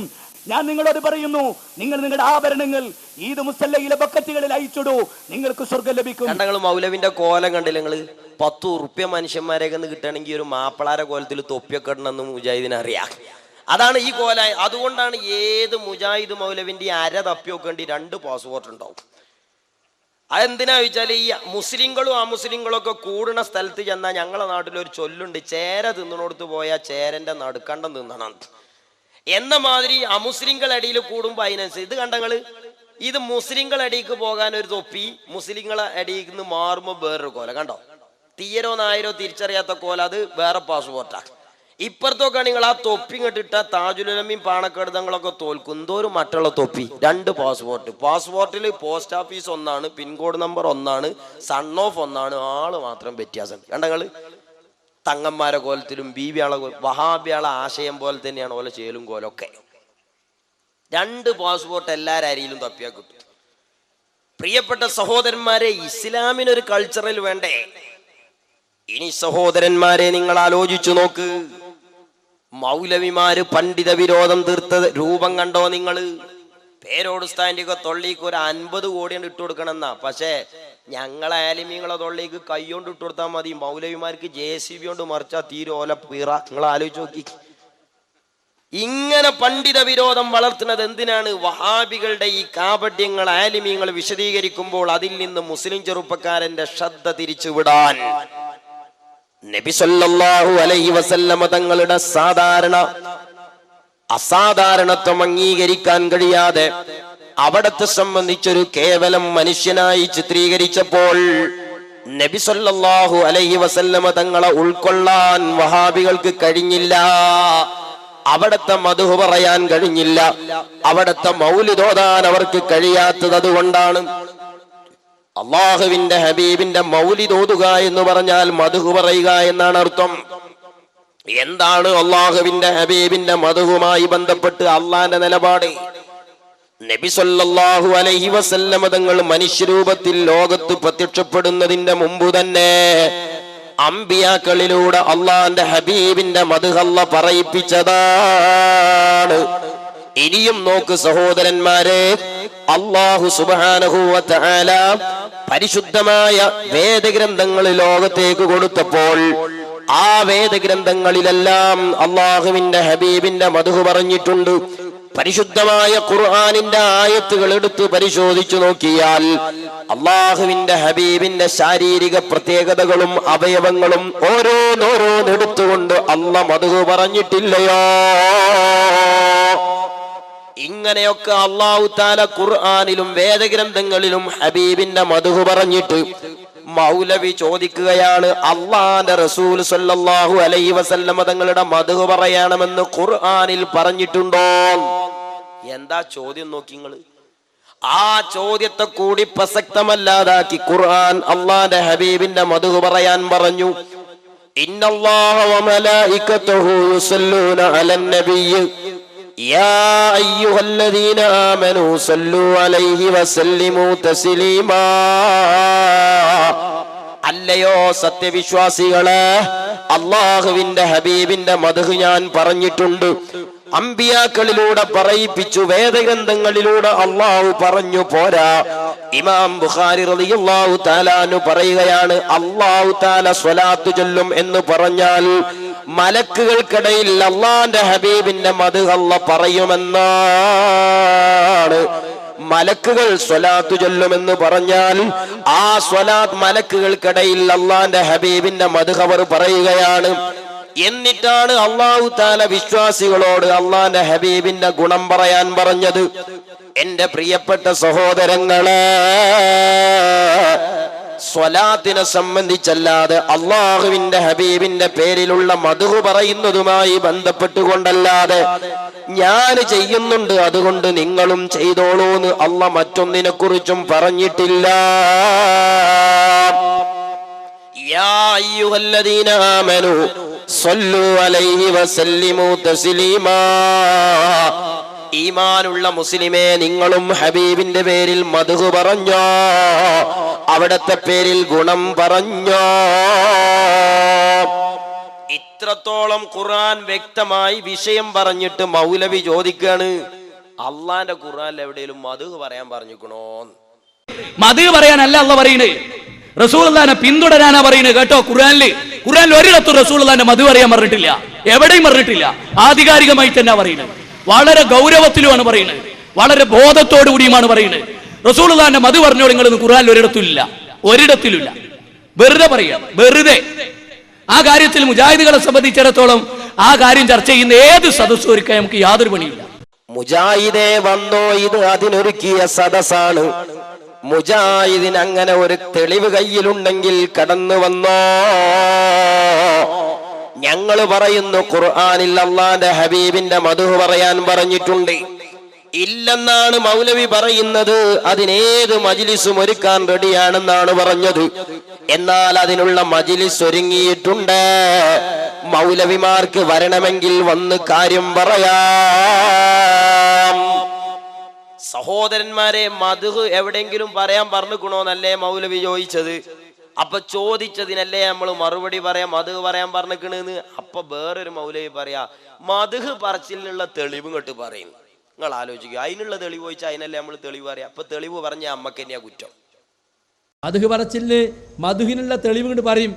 റസൂലുള്ളാഹി സ്വല്ലല്ലാഹി അലൈഹി വസല്ലം സഹാബത്തിനെ പ്രശംസിച്ചത്, സഹാബത്ത് റസൂലുള്ളാഹി സ്വല്ലല്ലാഹി അലൈഹി വസല്ലം പ്രശംസിച്ചത്, അതിലൊന്നും ഇവിടെ ആർക്കും തർക്കമില്ല. മധു തർക്ക വിഷയമേ അല്ല. ഞാനിപ്പോൾ എൻ്റെ പ്രസംഗത്തിൽ എത്രയോ തവണ പ്രവാചകൻ സ്വല്ലല്ലാഹി അലൈഹി വസല്ലം മധു ചെയ്തു, അവിടുത്തെ ഗുണഗണങ്ങൾ വർണ്ണിച്ചു. പക്ഷെ അതൊന്നും മൗലിദാവുകയില്ല. തർക്കല്ലെങ്കിൽ പിന്നെ തെളിവ് വയ്ക്കാൻ പാടുണ്ടോ? മതി പറയാനല്ല അല്ല പറയുന്നത്, റസൂലുള്ളാഹിനെ പിന്തുടരാനാ പറയുന്നത് കേട്ടോ. ഖുർആനിൽ ഒരിടത്തും റസൂലുള്ളാഹിന്റെ മതി പറയാൻ പറഞ്ഞിട്ടില്ല, എവിടെയും പറഞ്ഞിട്ടില്ല. ആധികാരികമായി തന്നെ. എന്താധികാരികാടോ നിന്റെ കയ്യിലുള്ളത്? എന്താണ് നിനക്ക് ദീനിനെ കുറിച്ചറിയാൻ കഴിയുന്നത്? ഈ തെളിവ് ചോദിച്ചപ്പോ നമ്മള് തെളിവ് പറഞ്ഞു കൊടുത്തു. അപ്പൊ മൗലവി പറയാണ് തെളിവ് പറയണത് എന്തിനാണ്? മധു പറഞ്ഞതിനുള്ള തെളിവ് പറയും. അതിനുള്ള തെളിവ് ചോദിച്ചാൽ അതിനുള്ള മധുകല്ലേ പറയാ. അപ്പം മൗലവിമാര് പറയും അതൊരൊറ്റ മധുകേ പറയാൻ പാടുള്ളൂ. അതേതാണ്? അത്തയ്യാത്തിൽ ചൊല്ലണ സ്വലാത്തേ ചെല്ലാൻ പാടുള്ളൂ. എന്നാൽ അങ്ങനെ ഒരു സ്വലാത്ത് മാത്രമേ, ഒരു ഗുണം മാത്രമേ പറയാൻ പാടുള്ളൂ എന്ന് പഠിപ്പിച്ച ഒരു ഹദീസ് ഇല്ല, അങ്ങനെ ഒരു ആയത്തും ഇല്ല. മറിച്ച് എന്താണ് നബി സല്ലല്ലാഹു അലൈഹി വസല്ലമ തങ്ങൾ പറഞ്ഞത്? മൻ സല്ലല്ലാ അലയ്യ സ്വലാത്തൻ സല്ലല്ലാഹു ബിഹാ അശ്റാ. എന്റെ പേരിൽ ഏതർത്ഥത്തിലുള്ള ഗുണം നിങ്ങൾ പറഞ്ഞാലും ഒരു ഗുണത്തിന് 10 ഇരട്ടി പുണ്യമുണ്ടെന്ന് ഖാല റസൂലുള്ളാഹ് സ്വല്ലല്ലാഹു അലൈഹി വസല്ലമ പറയുകയാണ്. ഇന്ന രൂപത്തിൽ ഒരു ഗുണം മാത്രമേ എന്നെ കുറിച്ച് പറഞ്ഞുകൂടൂ എന്നല്ല പറഞ്ഞത്, ഏത് ഗുണവും നിങ്ങൾക്ക് എന്നെ കുറിച്ച് പറയാമെന്നാണ്. അതുകൊണ്ട് തന്നെയാണ് സ്വഹാബത്ത് അല്ലാഹുവിന്റെ ഹബീബിനെ കുറിച്ച് ഒരുപാട് ഗുണം പറഞ്ഞു. ബഹുമാനപ്പെട്ട കഅബ് ഇബ്നു സുഹൈർ റളിയല്ലാഹു തആല അൻഹു അവിടുത്തെ മൗലിദ് പാടുകയാണ്. ധാരാളമായി അവിടുത്തെ മൗലിദ് ഇങ്ങനെ പാടി അവസാനം എത്തുന്ന ഒരു ഹൃദയഹാരിയായ വരിയുണ്ട്. ഇന്നർ റസൂല ലനൂറുൻ യുസ്തളാഉ ബിഹി മുഹന്നദും മിൻ സുയൂഫില്ലാഹി മസ്ലൂലു. അള്ളാഹുവിന്റെ ഹബീബിനെ ഹിദായത്തിന്റെ പ്രകാശ ജ്വാലകളുടെ പ്രജ്വലതയെ പ്രകീർത്തിച്ചുകൊണ്ട് കഅബ് റളിയല്ലാഹു അൻഹു പാട്ടുപാടിയപ്പോ ആവേശഭരിതരായി അള്ളാന്റെ ഹബീബ് തന്റെ ശരീരത്തിലുള്ള പുതപ്പെടുത്തിട്ട് കഅബ് റളിയല്ലാഹു അൻഹുവിന്റെ ശരീരത്തിലേക്ക് ഇട്ടുകൊടുത്തില്ല. എന്താ ഹബീബ് പറയണ്ടേ? കഅബ ഈ പരിപാടി നിർത്ത്, എന്നെ കുറിച്ച് വല്ല ഗുണവും പറയണ്ടെങ്കിൽ അത്തയ്യാത്ത് ചൊല്ലണ സ്വലാത്തില്ലേ മതി, വേറൊന്നും ഉണ്ടെന്ന് പറഞ്ഞോ? മുജാഹിദിന്റെ നിലപാടനുസരിച്ച് അതല്ലേ പറയേണ്ടേ? എന്താ ചെയ്തത്? മദ്ഹ് ഇങ്ങനെ പറഞ്ഞപ്പോ അത് ചെല്ലണ്ടെന്ന് പറഞ്ഞിട്ടില്ല. കാരണം ചെല്ലാൻ പറഞ്ഞത് ഖുർആനാണ്, പിന്നെ ചെയ്യണ്ടെന്ന് അള്ളാന്റെ ഹബീബ് പറയില്ല. എന്നാ സഹോദര, പുതപ്പിന്റെ വില കേൾക്കണോ? ആ പുതപ്പിന്റെ വില കേൾക്കണോ? ഈ രംഗം മുആവിയ റളിയല്ലാഹു തആല അൻഹു കാണുകയാണ്. അള്ളാന്റെ ഹബീബിന്റെ ശരീരം തൊട്ട മുണ്ട്, അവിടത്തെ മദ്ഹ് പറഞ്ഞ മുണ്ട്, ആ മുണ്ട് കഅബ് റളിയല്ലാഹു അൻഹുവിൽ നിന്ന് കച്ചവടമാക്കാൻ ശ്രമിക്കുകയാണ്. 10,000 റുപ്യ ആ മുണ്ടിന് തരുമോ മുആവിയ റളിയല്ലാഹു അൻഹു ചൂടോടെ. അപ്പോൾ കഅബ് റളിയല്ലാഹു തആല അൻഹുവിന്റെ മറുപടി എന്താണ്? അവിടുന്ന് പറയുന്നു, അല്ലയോ മുആവിയ തങ്ങളെ, ദുനിയാവ് മുഴുവനും എന്റെ കയ്യിലേക്ക് വെച്ച് തന്നാലും അള്ളാന്റെ ഹബീബിന്റെ ശരീരം തൊട്ടമുണ്ട അവിടത്തെ മൗലിദ് പറഞ്ഞതിന് കിട്ടിയ സമ്മാനം, അതിന് പകരം ദുനിയാവ് മുഴുവനും കിട്ടിയാലും അത് പകരമാകില്ല. സഹോദരന്മാരെ, അപ്പം മുജാഹിദിന്റെ ഒരു ചോദ്യം ഉണ്ട്. മൈക്ക് കെട്ടിക്കാണ്ട് കുട്ടികൾ പാട്ട് അടിക്കണോ? ഭയങ്കര ഒരു ചോദ്യ. അന്ന് അള്ളാന്റെ റസൂൽ സല്ലല്ലാഹു അലൈഹി വസല്ലം കാലത്ത് മൈക്കല്ല, നീ പോയത്തക്കാരനെ അറിയിട്ടെല്ലാം ജനങ്ങളെ കുപ്പിയിലാക്കാനാ.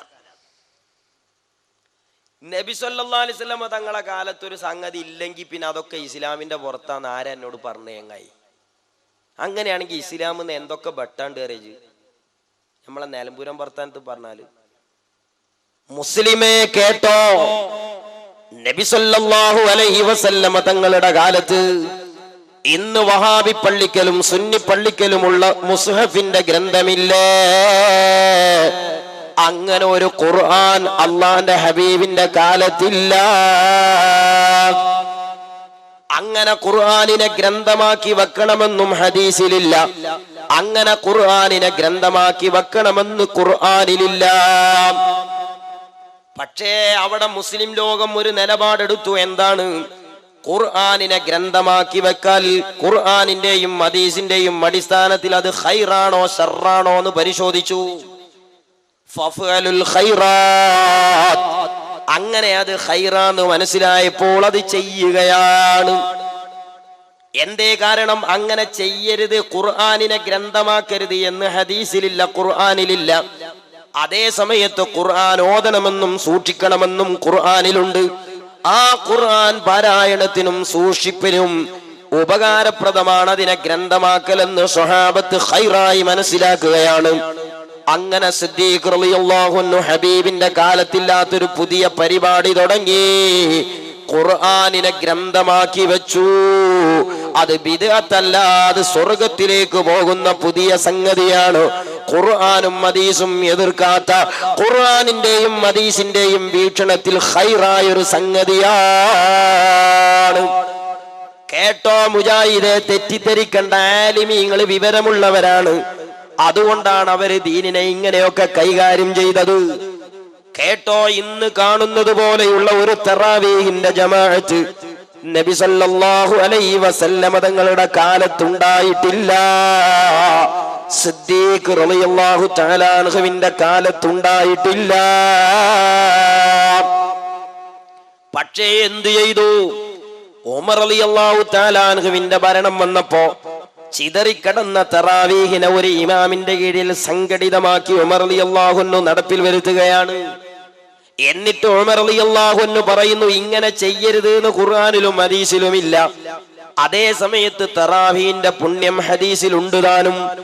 ആ പുണ്യത്തെ പരിപോഷിപ്പിക്കാനുള്ള ഒരു പുതിയ പദ്ധതി ഉമർ റളിയല്ലാഹു അൻഹു തുടങ്ങുകയാണ്. അങ്ങനെയുള്ള നടപടികൾക്കാണ് മൻസന്ന ഫിൽ ഇസ്ലാമി സുന്നത്തൻ ഹസനാ ഫലഹു അജ്റുഹാ അജ്റു മൻ അമില ബിഹാ. ഖുർആനിന്റെയും ഹദീസിന്റെയും വീക്ഷണത്തിൽ ഖൈറാണ് എന്ന് ബോധ്യമുള്ള ഒരു സംഗതിയെ ഒരാൾ ആരംഭിച്ചാൽ ആ ഖൈർ നിലനിൽക്കുന്ന കാലത്തോളം അവന്റെ ഖബറിലേക്ക് കൂലിയുണ്ടെന്ന് ഖാല റസൂലുള്ളാഹ് സ്വല്ലല്ലാഹു അലൈഹി വസല്ലം തങ്ങൾ പഠിപ്പിക്കുകയാണ്. അതുകൊണ്ടാണ് ഉമർ റളിയല്ലാഹു തആല അൻഹു ആ തറാവീഹ് സംഘടിപ്പിച്ചിട്ട് മുസ്ലിം ലോകത്തോട് പറയുന്നത്, നിഅമതു ഹാദിഹിൽ ബിദ്ആ, ഇത് അല്ലാഹുവിന്റെ ഹബീബിന്റെ കാലത്തില്ലാത്തതാണ്, സിദ്ദീഖ് റളിയല്ലാഹു അൻഹുവിന്റെ കാലത്തില്ലാത്തതാണ്. ഇങ്ങനെ ചെയ്യാൻ ഹദീസും ഖുർആനും പറയാത്തതാണ്. പക്ഷേ ഇങ്ങനെ ചെയ്യരുത് എന്ന് ഖുർആനും ഹദീസും പറഞ്ഞിട്ടില്ല. ഹദീസിന്റെയും ഖുർആനിന്റെയും അടിസ്ഥാനത്തിൽ ഇത് ഖൈറാണെന്ന് മനസ്സിലാവുകയും ചെയ്യുന്നു. അതുകൊണ്ട് ഇത് സ്വർഗത്തിലേക്കുള്ള പുതിയ പദ്ധതിയാണ്. ഖുർആനിന്റെ സാരാംശത്തെ ആധുനിക സെറ്റപ്പിൽ പാകപ്പെടുത്തിയതാണ്. ആർക്കാ മനസ്സിലാകാൻ പ്രയാസം? ഇനിയും കേട്ടോ, ബഹുമാനപ്പെട്ട നബി സല്ലല്ലാഹു അലൈഹി വസല്ലമയുടെ കാലത്തോ, സിദ്ദീഖ് റളിയല്ലാഹു അൻഹുവിന്റെ കാലത്തോ, ഉമർ ഇബ്നുൽ ഖത്താബ് റളിയല്ലാഹു അൻഹുവിന്റെ കാലത്തോ വെള്ളിയാഴ്ച 2 ബാങ്ക് കൊടുക്കുന്ന പരിപാടിയില്ല. ഖൈറാന്ന് ബോധ്യയാൽ ചെയ്യണമെന്നല്ലേ ഖുർആൻ പറഞ്ഞത്? അതാ ഉസ്മാൻ റളിയല്ലാഹു അൻഹു നടപ്പിലാക്കുന്നു. സ്വഹാബികൾ മുഴുവനും അതിനെ സപ്പോർട്ട് ചെയ്യുന്നു. ഇന്നും പരിശുദ്ധ ഹറമൈനിൽ ഉൾപ്പെടെ അത് നിലനിൽക്കുകയാണ്. ആധുനിക സമൂഹത്തിൽ കേട്ടോ മുസ്ലിമേ, മദ്രസ പ്രവർത്തനത്തിന് പണം ചെലവാക്കിയാൽ കൂലി കിട്ടുമോ? മദ്രസ വിഷയത്തിൽ ആരോഗ്യം ചെലവഴിച്ചാൽ കൂലി കിട്ടുമോ? മുജാഹിദ് പറയുന്നത് നബി സല്ലല്ലാഹു അലൈഹി വസല്ലം തങ്ങളുടെ കാലത്തില്ലാത്തൊരു സംഗതിക്ക് പരലോകത്ത് കൂലിട്ടും വിചാരിച്ചൊരു സംഗതിയും ചെയ്യാൻ പാടില്ല എന്നാണ്. അങ്ങനെയാണെങ്കിൽ മദ്രസക്ക് സംഭാവന കൊടുത്ത മുജാഹിദിന്റെ വീക്ഷണത്തിൽ നരകത്തേക്കാണ്, സുന്നിയാളെ വീക്ഷണത്തിൽ സ്വർഗത്തേക്കാണ്. എന്തേ നബി സല്ലല്ലാഹു അലൈഹി വസല്ലം തങ്ങളുടെ കാലത്ത് മദ്രസ എല്ലായിട്ടും മദ്രസക്ക് സംഭാവന കൊടുക്കുമ്പോൾ അത് സ്വർഗത്തേക്ക് പോണ സംഗതിയാണിത്? എന്തുകൊണ്ടാ? ഖുർആനിലും ഹദീസിലും അള്ളാഹുവിന്റെ ഇൽമ് പഠിപ്പിക്കണമെന്നുണ്ട്. അതിന് മദ്രസ കെട്ടണമെന്നില്ല, മദ്രസ കെട്ടിക്കൂടാ എന്നുമില്ല. അങ്ങനെ ഖുർആനിന്റെയും ഹദീസിന്റെയും വീക്ഷണത്തിൽ ഇൽമു പഠിപ്പിക്കുവാൻ മദ്രസ ഖൈറാണെന്ന് ബോധ്യപ്പെട്ടപ്പോ ചെയ്തതാണ്. നബി സല്ലല്ലാഹു അലൈഹി വസല്ലമ തങ്ങളുടെ കാലത്തില്ലെങ്കിലും സ്വഹാബത്തിന്റെ കാലത്തില്ലെങ്കിലും ഹദീസുകളിൽ ഇല്ലെങ്കിലും മദ്രസക്ക് സംഭാവന കൊടുക്കുന്നത് സ്വർഗത്തിലേക്ക് പോകുന്ന സംഗതിയാണ്. ഖുർആനിന്റെ ഒരു അധ്യാപനത്തെ ആധുനിക കാലഘട്ടത്തിനനുസരിച്ച് പാകപ്പെടുത്തിയതാണ്. ഇനി കേട്ടോ, സംഘടനാ പ്രവർത്തനം സുന്നത്തി ജമാഅത്തിന്റെ ഏത് സംഘടനകളുണ്ടോ ആ സംഘടനകൾക്കൊക്കെ വേണ്ടി പ്രവർത്തിക്കുന്നത് പരലോകത്ത് കൂലി കിട്ടുന്ന കാര്യമാണ്. പക്ഷേ സംഘടനാ പ്രവർത്തനം നബി സല്ലല്ലാഹു അലൈഹി വസല്ലമയുടെ കാലത്തില്ല. സംഘടനാ പ്രവർത്തനം ഇന്ന് കാണുന്നത് പോലെ നടത്തണമെന്ന് ഖുർആനിലില്ല, ഹദീസിലില്ല. ഇന്ന് കാണുന്നത് പോലെ സംഘടനാ പ്രവർത്തനം നടത്തരുത് എന്നും ഖുർആനിലും ഹദീസിലുമില്ല. പിന്നെ എന്താ ഖുർആനിലും ഹദീസിലുള്ളത്? ഇസ്ലാമിന്റെ പ്രബോധനം നടത്തണമെന്നുണ്ട്. ആ പ്രബോധനത്തിന് ഖുർആനും ഹദീസും നൽകുന്ന നിർദ്ദേശം പ്രബോധനം നടത്തണമെന്നാണ്. ആ പ്രബോധനത്തിന് ആനുകാലിക സമൂഹത്തിനനുസരിച്ചുള്ള സംവിധാനമാണ് സംഘടനയും സമ്മേളനവും ക്യാമ്പയിനുകളും. അതുകൊണ്ട് നബി സല്ലല്ലാഹു അലൈഹി വസല്ലമ തങ്ങളുടെ കാലത്തതില്ലെങ്കിലും കൂലി കിട്ടുന്നതാണ്. മുജാഹിദിനെ സംബന്ധിച്ചിടത്തോളം സംഘടനാ പ്രവർത്തനത്തിന് കൂലിട്ടു. നബി സല്ലല്ലാഹു അലൈഹി വസല്ലമയുടെ കാലത്ത് ഉണ്ടാകുമൊന്നും വേണ്ട. പിന്നെ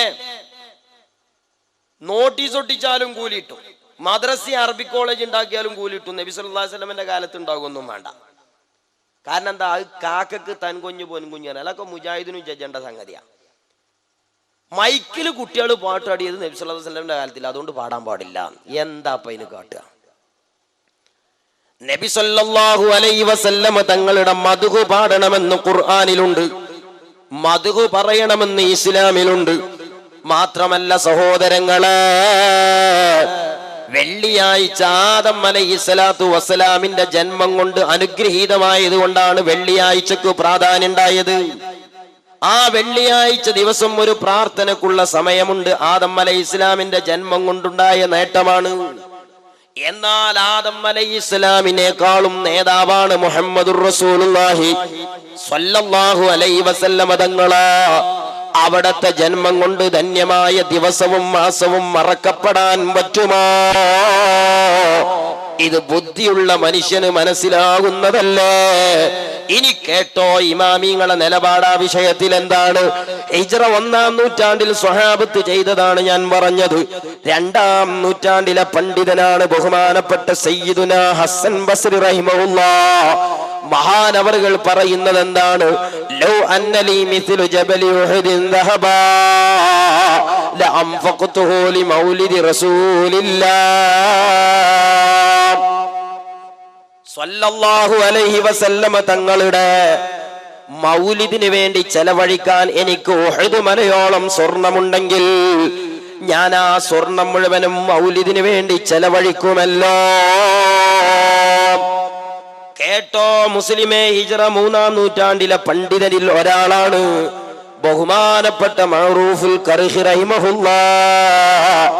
അവിടുന്ന് പറയുന്നത് എന്താണ്? മൻ ഹയ്യ തുആമൻ വജമാ ഇഖ്വാനൻ വതഅത്തറ വതജമ്മല ലിമൗലിദി റസൂലില്ലാഹ് സ്വല്ലല്ലാഹു അലൈഹി വസല്ലമ തങ്ങളുടെ മൗലിദിന് വേണ്ടി, നബി സല്ലല്ലാഹു അലൈഹി വസല്ലമ തങ്ങളുടെ മൗലിദിന് വേണ്ടി അതാ ഒരാള് ഭക്ഷണമുണ്ടാക്കി സുഹൃത്തുക്കളെയൊക്കെ വിളിച്ച് മഹബത്ത് പ്രകടിപ്പിച്ച് സന്തോഷം കാണിച്ചാൽ ഹശറഹുല്ലാഹു യൗമൽ ഖിയാമ മൽ ഫിർഖത്തിൽ ഉലാ മിനൻ നബിയ്യീന വസ്സിദ്ദീഖീന വശുഹദാഇ വസ്സാലിഹീൻ.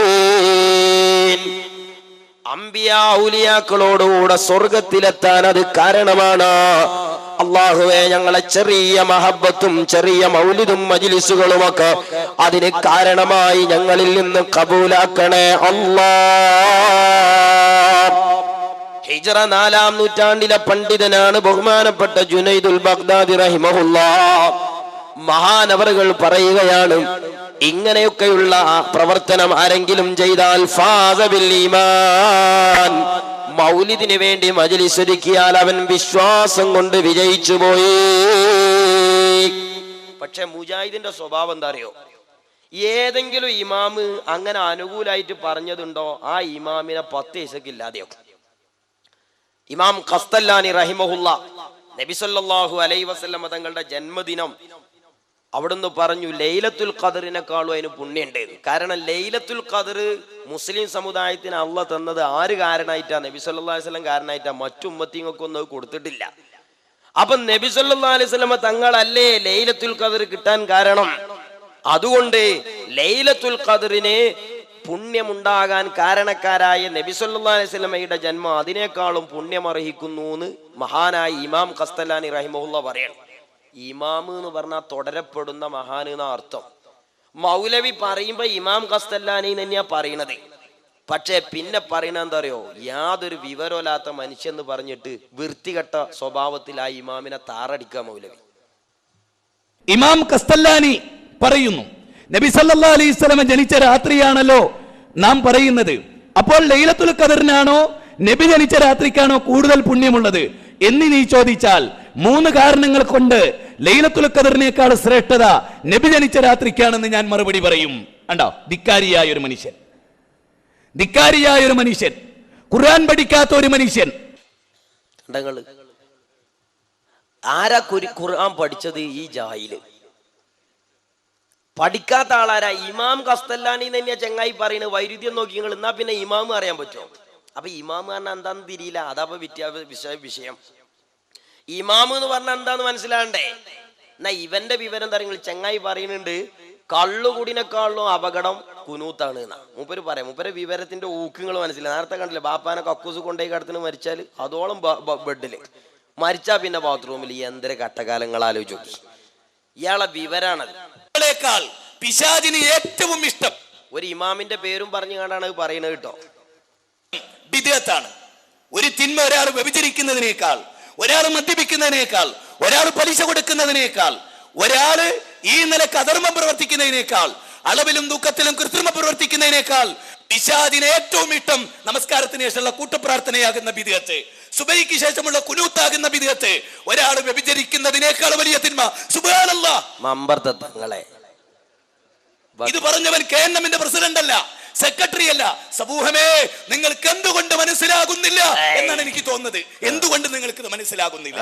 ഒരാൾ വ്യഭിചരിക്കുന്നത് കണ്ടാൽ, മറുഭാഗത്ത് ഒരാൾ നമസ്കാരാനന്തര കൂട്ടുപ്രാർത്ഥന കണ്ടാൽ പിശാച് ഏറെ സന്തോഷിക്കുക.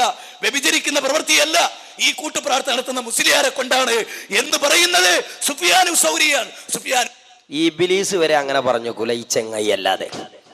നിങ്ങൾ ആലോചിച്ചു, ഒരു തുടിയിൽ ഒരു ചെങ്ങായി പച്ചിയിൽ വ്യഭിചരിച്ച, അപ്പുറത്തൊരു ആചാര്യൊക്കെ കുത്തിർന്നുകാണ്ട് ഉസ്താദിന്റെ ഒപ്പം പഠിച്ചോനെ ഞങ്ങളെ നിസ്കാരം സ്വീകരിക്കണേന്ന് ദ്വാരക്കുക. അപ്പൊ പറയണ ഇബ്ലീസിന് അത് കണ്ടാലാണ് വലിയ സന്തോഷം ഉണ്ടാകുക. ഏത് കൂട്ടപ്രാർത്ഥനയും. എന്താ അതിനൊക്കെ കാട്ടുക? മൂപ്പര ഈ വിവരാണത്. നെഞ്ഞൊക്കത്തൊക്കെ തട്ടിയിട്ട് മൂപ്പര് ഈമാങ്കുള്ളണ് കണ്ടാൽ എന്താണ്? മുജാഹിദ് കുട്ടികൾ അയിമങ്ങനെ ജാക്കിയായതാണ് ഈ സാധുക്കള്. കുട്ടികളെ പെടാ നിക്കണ്ട. ആലിമീങ്ങൾ എത്രയോ ജീവിച്ചു പോയി. ഇപ്പോഴും ദുന്യാവിൽ ആലിമീങ്ങളുണ്ട്. ഈ അഫ്ളലുൽ പരീക്ഷ എഴുതിയാണ്ട് അതിനിപ്പോ 500 രൂപ കാലിക്കറ്റ് യൂണിവേഴ്സിറ്റിയിൽ അടച്ചാൽ മതി. അതിനോണ്ട് കിട്ടണത് ഇപ്പൊ എന്താ വെച്ചാൽ LP സ്കൂളിൽ ഒരു അറബി അതാണ് ഇപ്പൊ അതുകൊണ്ടുള്ള മെച്ചം. അതോടുകൂടെ പിന്നെ ഇവ എന്ത് വെച്ചാൽ കരിമ്പുന്തോട്ടത്തേക്ക് കയറിയ കാട്ടാനന്റെ മാതിരി കിട്ടിയ മുഴുവൻ ചവിട്ടി മതിച്ചു പോവുകയാണ്. ഇവന്റെ തൊള്ളക്ക് പിന്നെ ഒന്നും വലിപ്പേറൂല. എന്തങ്ങനെയാ കാട്ടുക? അള്ളാന്റെ ദീന് പൂരപ്പറമ്പോലാകാൻ പാടുണ്ടോ? എന്നിട്ട് നോക്കുങ്ങൾ, മുസ്ലിം സമുദായം ബഹുമാനിക്കുന്ന നബി സല്ലല്ലാഹു അലൈഹി വസല്ലമ തങ്ങൾ അവിടുന്ന് ജനിച്ചത് റബീഉൽ അവ്വൽ 12-ന്.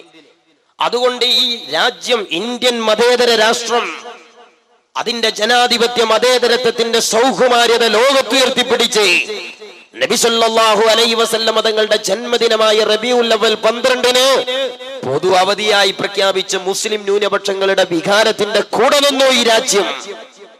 അതിൽ ഈ രാജ്യത്ത് BJP-ക്കാർക്കോ RSS-കാർക്കോ SNDP-ക്കാർക്കോ NSS-കാർക്കോ ക്രൈസ്തവ സഹോദരന്മാർക്കോ ആർക്കും അഭിപ്രായ വ്യത്യാസമല്ല. ആ ദിവസം ഇവിടെയുള്ള എല്ലാ മനുഷ്യരും ആ ദിവസത്തെ ബഹുമാനിക്കണം.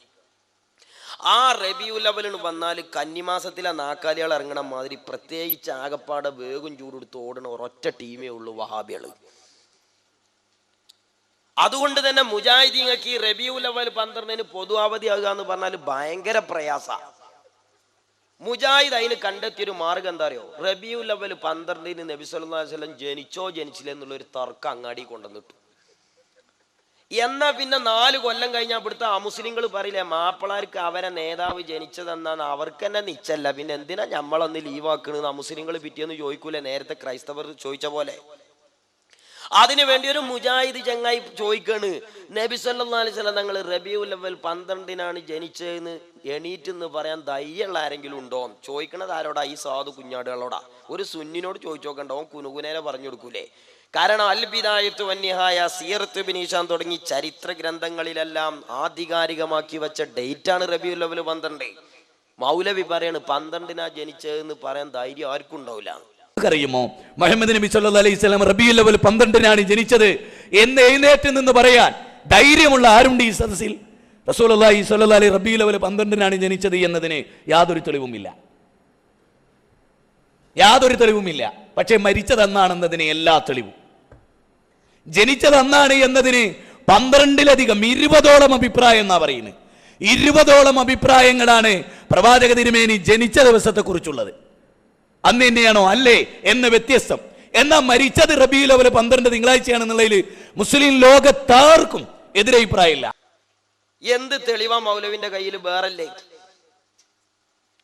നബി സല്ലല്ലാഹു അലൈഹി വസല്ലം തങ്ങൾ റബീഉൽ അവ്വൽ 12-നാ ജനിച്ചത് ധൈര്യമുള്ള ആരെങ്കിലും ഉണ്ടോ? ഒന്ന് ഇനി ധൈര്യമുള്ള ഒരു മുജാഹിദിനെ ഞാൻ വേറെ കൊണ്ടുവരാണ്. അനസ് മൗലവി കൂളായിട്ട് പറയാ റബീഉൽ അവ്വൽ 12-ന് തന്നെയാ ജനിച്ചത്. നബി സല്ലല്ലാഹു അലൈഹി വസല്ലം ജനിച്ചത് റബീഉൽ അവ്വലിലാണ്. റബീഉൽ അവ്വൽ 12 തിങ്കളാഴ്ച ആണ്. ഇനി സഹോദരൻ, ഇതൊക്കെ ഒരു ഗ്രൂപ്പ് പെട്ട മുജാഹിദാട്ടോ. ഞങ്ങൾ സാധാ പറയണ്ട്, ഈ പാമ്പ് വേല എന്ന് പറഞ്ഞ ഒരാൾ ഞങ്ങളവിടെ ഉത്സവത്തിനൊക്കെ വരലുണ്ട്. മൂപ്പര് പാമ്പിനെ കളിപ്പിക്കും. മൂപ്പരെ പാമ്പും കൂട്ടിൽ ഒരു 10,000 പാമ്പുണ്ടാവും. അതിൽ നീർക്കോലി മുതൽ രാജവമ്പാല വരെ ഉണ്ടാവും. ഈ കൂടിന് തുറന്നാൽ ഈ പാമ്പുകൾ മുഴുവൻ 400 വൈക്കാ പോവുക. പക്ഷെ കൂട്ടിലെല്ലാവരും ഒന്നിച്ചാ. എന്ന മാതിരി ഒരേ ഗ്രൂപ്പ് പെട്ട മുജാഹിദാണ് ഈ 400 അഭിപ്രായമായിട്ട് നടക്കണമെന്ന് ആലോചിച്ച് നോക്കാണ്. വേറൊരു മുജാഹിദ് പറയാണ് നബി സല്ലല്ലാഹു അലൈഹി വസല്ലം തങ്ങൾ റബീഉൽ അവ്വൽ 12-നാ ജനിച്ചതെന്ന് ഗണ്യമായി തെളിയിക്കപ്പെട്ടിട്ടേ ഇല്ല. ചോദിക്കട്ടോ, റസൂലുള്ളാഹി സ്വല്ലല്ലാഹു അലൈഹി വസല്ലമ റബീഉൽ അവ്വൽ മാസത്തിൽ തന്നെയാണ് ജനിച്ചത് എന്നതിന് റബീഉൽ അവ്വൽ മാസത്തിൽ ആഘോഷം നടത്തുന്നവരുടെ കയ്യിൽ എന്ത് തെളിവാണ്? അതെങ്കിലും വേണ്ടേ? അതില്ല. നിങ്ങൾ അന്വേഷിച്ചോളൂ, ഞാൻ വെറുതെ പറയല്ലോ. റബീഉൽ അവ്വൽ മാസത്തിലാണ് അല്ലാഹുവിന്റെ റസൂൽ ജനിച്ചത് എന്നതിന് ഗണ്ഡിതമായ തെളിവില്ല. ഗണ്യമായ തെളിവുണ്ടാകുമ്പോഴേ സംശയമില്ലാതെ പറയാൻ കഴിയുള്ളൂ. എന്നാ വേറൊരു മുജാഹിദ് മൗലവി പറയാം നബി സല്ലല്ലാഹു അലൈഹി വസല്ലം തങ്ങൾ റബീഉൽ അവ്വൽ 12-നാ ജനിച്ചതെന്നുള്ളതിൽ സംശയമില്ല. മഹാനായ നമ്മുടെ നേതാവ്, ജീവനേക്കാൾ നാം സ്നേഹിക്കുന്ന നമ്മുടെ പ്രിയപ്പെട്ട നേതാവ് അഷ്റഫുൽ ഖൽഖ് മുഹമ്മദുർ റസൂലുള്ളാഹി, ആ പ്രവാചകൻ സല്ലല്ലാഹു അലൈഹി വസല്ലം ജനിച്ച മാസമാണ് റബീഉൽ അവ്വൽ. സംശയമില്ല. മൂപ്പർക്ക് മറ്റേയാൾക്ക് ഭയങ്കര സംശയവും. ഇനി കേൾക്കണം നിങ്ങൾക്ക് വർത്താനം. ഒരു വിഡ്ഢി പറയാണ് നബി സല്ലല്ലാഹു അലൈഹി വസല്ലം തങ്ങൾ ജനിച്ചത് റമളാനിലാണ്. സുബ്ഹാനല്ലാഹ്. പിന്നെ മൂപ്പര് പറയുന്നുണ്ട് എന്തറിയോ, നബിദിനം എന്നുള്ളത് പറയാൻ തന്നെ പറ്റൂല. കാരണം എന്താ? നബി സല്ലല്ലാഹു അലൈഹി വസല്ലം തങ്ങൾ ജനിക്കുമ്പോൾ നബി അല്ലാന്നാ. മൗലവിന്റെ വിവരക്കേടാണ്. സ്വഹാബത്ത് ചോദിച്ചു മത്താകുന്ത നബിയൻ, ഹബീബെ അങ്ങ് എപ്പോഴാ നബിയായത്? നബി സല്ലല്ലാഹു അലൈഹി വസല്ലം പറഞ്ഞു ആദമു ബൈന റൂഹി വൽ ജസദി. ആദം അലൈഹിസ്സലാമിനെ സമ്പൂർണമായി ലോകത്തേക്ക് രംഗപ്രവേശനം ചെയ്യുന്നതിന്റെ മുമ്പ് തന്നെ അന സയ്യിദ് ഉൽദി ആദം, ഞാൻ ആദം അലൈഹിസ്സലാമിന്റെയും നേതാവാണ്. അപ്പൊ ആദ്യം നബിയായി വരേണ്ട ആൾ ഞാനാണ്. അതുകൊണ്ട് എനിക്ക് അതിന്റെ മുമ്പ് എന്റെ നൂറ് സൃഷ്ടിച്ച് എനിക്ക് നുബുവത്ത് നൽകപ്പെട്ടിട്ടുണ്ട് നബി സല്ലല്ലാഹു അലൈഹി വസല്ലം. മൗലവി പറയാ പറഞ്ഞിട്ടില്ല, മൂപ്പര് കണ്ടിട്ടില്ല, അത്രേ അതിലുള്ളൂ. എന്നിട്ട് മൗലവി പറയാ നബിദിനം എന്ന് പറയാൻ തന്നെ പറ്റൂല. നബി ജനിച്ച ദിനം എന്നല്ലേ നബിദിനം എന്ന് പറഞ്ഞാല്? നബി സല്ലല്ലാഹു അലൈഹി വസല്ലം ജനിക്കുമ്പോ നബി അല്ലല്ലോ.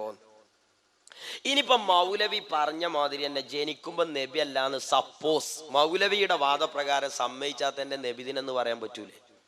മൗലവി പാസ്പോർട്ട് ഓഫീസിൽ ചെന്നപ്പോ അവിടുത്തെ ഉദ്യോഗസ്ഥൻ ചോദിച്ചു, അല്ല മൗലവി നിങ്ങളെ പിതാവിന്റെ ജന്മദിനം എന്നാ? അപ്പൊ മൗലവി പറയണേ എന്റെ പിതാവിന് ജന്മദിനല്ല. എന്താ? എന്റെ പിതാവ് ജനിക്കുമ്പം പിതാവല്ല, എന്റെ പിതാവ് ഞാൻ കുട്ടിയായിന്റെ ശേഷം പിതാവായത്. ആലോചിച്ച് നോക്കി നിങ്ങൾ, വിഡ്ഢിത്തം. മനസ്സിലായില്ലേ? എന്നാ പിതാവിന്റെ ജന്മദിനം? എന്റെ പിതാവിന് ജന്മദിനല്ലല്ലോ, കാരണം എന്റെ പിതാവ് പിതാവായ ശേഷം പിന്നെ ജനിച്ചിട്ടില്ല, അതുകൊണ്ട് ജന്മദിനല്ല. പോയത്തം കേട്ടോളി. നബി ദിനം എന്ന് പറഞ്ഞാൽ നബിയായ ദിനം അതെപ്പോഴാ? റബീഉൽ അവ്വൽ അല്ല, എല്ലാ മുസ്ലിങ്ങൾക്ക് അറിയാം റമളാനാ. നബിയായ ദിനം റമളാനാണ്. പിന്നെ മുഹമ്മദ് നബി ജനിച്ച ദിനം ആ ജനിച്ചതും റബീഉൽ അവ്വലിനല്ല, റമദാനിലാണ്. മുഹമ്മദ് നബിയായത് റമദാനിലാണ്. അല്ലേ അല്ലേ അല്ലേ? ആർക്കാ അതിലെതിരെ അഭിപ്രായം? പിന്നെ റസൂൽ ജനിച്ച ദിനം, അതാണ് മുഹമ്മദിന്റെ ദിനം. മുഹമ്മദ് ജനിച്ച ദിനം, അവിടെ നബി ഇല്ല, റസൂലില്ല. നബി ജനിച്ചപ്പോൾ റസൂലല്ല, അത് ഈസാ നബിയാണ്. അത് ഖുർആൻ വേർതിരിച്ചു പറഞ്ഞു. ഞാൻ ജനിച്ചപ്പോൾ തന്നെ നബിയാണെന്ന് ഈസാ നബി പറഞ്ഞു. ഞാൻ ജനിച്ചപ്പോൾ നബിയാന്ന് മുഹമ്മദ് നബി സല്ലല്ലാഹു അലൈഹി വസല്ലം പറഞ്ഞിട്ടില്ല. 40-ാമത്തെ വയസ്സിലാണ് നബിയായത്, ഇറാഖുവയിൽ വെച്ചാ നബിയായത്, നുബുവത്ത് കിട്ടിയപ്പോൾ നബിയായത്, അത് ലൈലത്തുൽ ഖദറിന്റെ രാത്രിയിലാണ്. അല്ലേ? എല്ലാവർക്കും അറിയാവുന്ന വസ്തുതയാണ്. അല്ലേ? അപ്പൊ നബിദിനം എന്ന് പറയുന്ന വാചകം തന്നെ തെറ്റാണ്. നബി ദിനം എന്ന് പറയാൻ പറ്റില്ല, പിതാവിന്റെ ജന്മദിനം എന്ന് പറയാൻ പറ്റില്ല. പിതാവ് ജനിക്കുമ്പം പിതാവല്ല, കുട്ടിയാണ്. എന്താ ചെയ്യാ? നബി സല്ലല്ലാഹു അലൈഹി വസല്ലം തങ്ങൾ 40-ാമത്തെ വയസ്സിൽ നുബുവത്ത് ഔദ്യോഗികമായി പ്രഖ്യാപിച്ചതാ മൗലവി. അവിടത്തെ ആദ്യമായി സൃഷ്ടിക്കപ്പെട്ട നൂറുണ്ടേ, ആ നബി സല്ലല്ലാഹു അലൈഹി വസല്ലം തങ്ങളെയാണ് ആദ്യമായി നബിയായി നിയോഗിച്ചത്. പക്ഷെ ആ അവസാനമായി നുബുവത്തിന്റെ പ്രബോധനത്തിനിറങ്ങിയത് അവസാനം നബി സല്ലല്ലാഹു അലൈഹി വസല്ലം തങ്ങളാണ്. ഗ്രന്ഥങ്ങളിലൊക്കെ അതുണ്ട്. നബി സല്ലല്ലാഹു അലൈഹി വസല്ലം തങ്ങൾ ആദ്യമായി സൃഷ്ടിക്കപ്പെട്ടു എന്ന് പറയുന്ന ഹദീസുകളുണ്ട് കിതാബില്. പക്ഷെ മൗലവിമാര് വെല്ലുവിളിക്കുമ്പോൾ ഭയങ്കര വെല്ലുവിളിക്കും.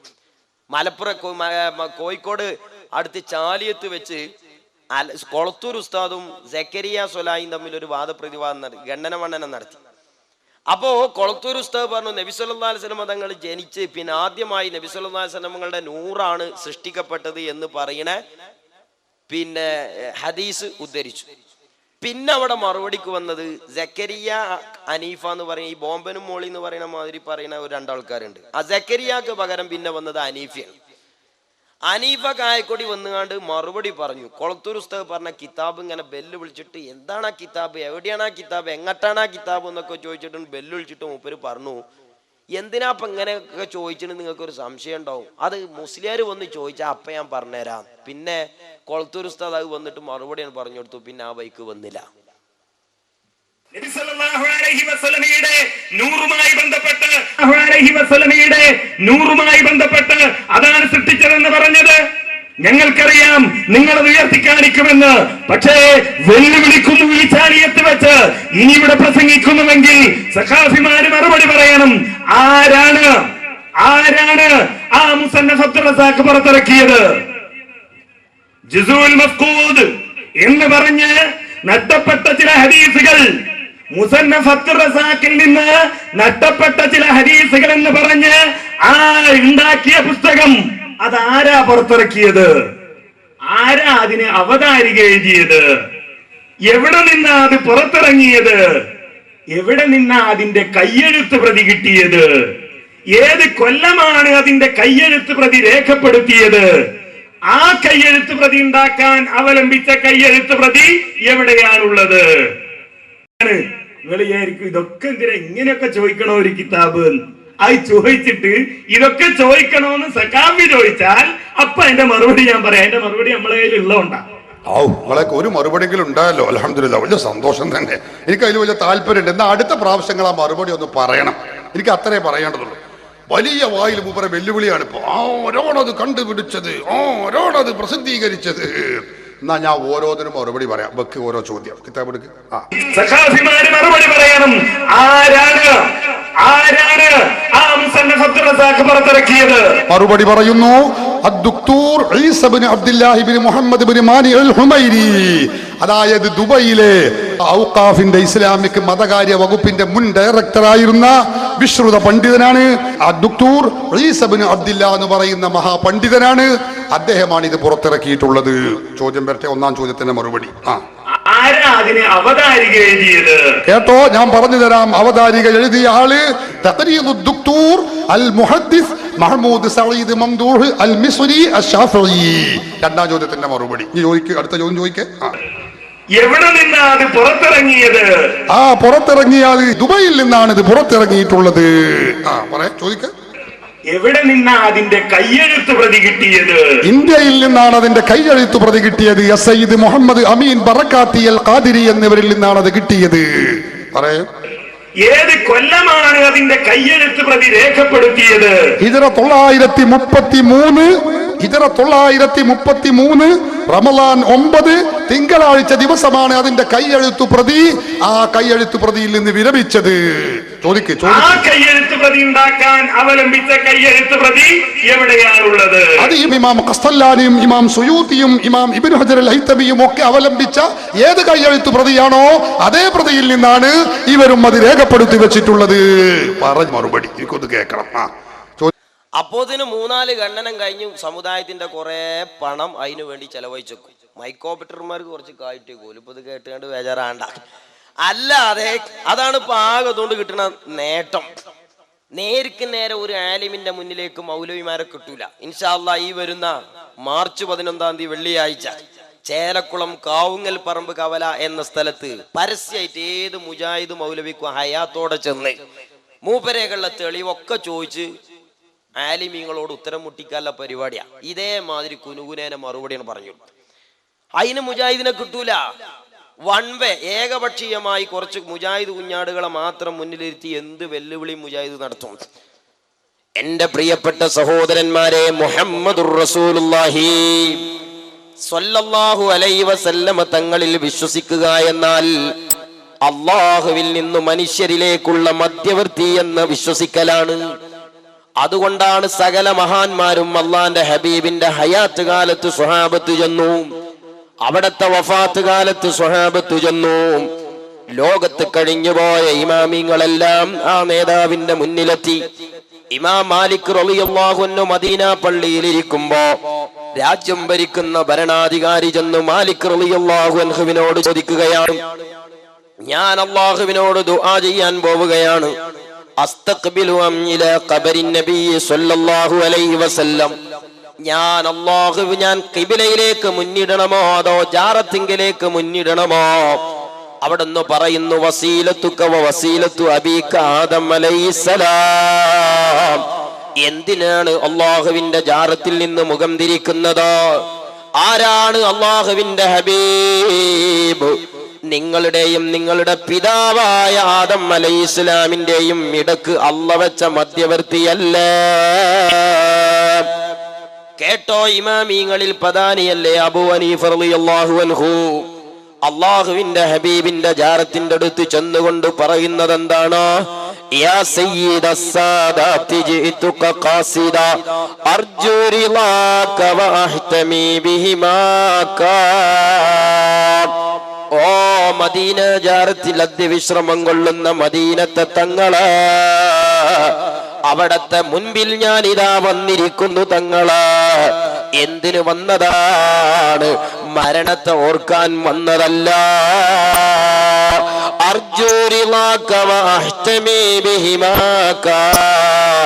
ഞാൻ അവിടത്തെ കാവൽ തേടി വന്നതാണ് തങ്ങളെ.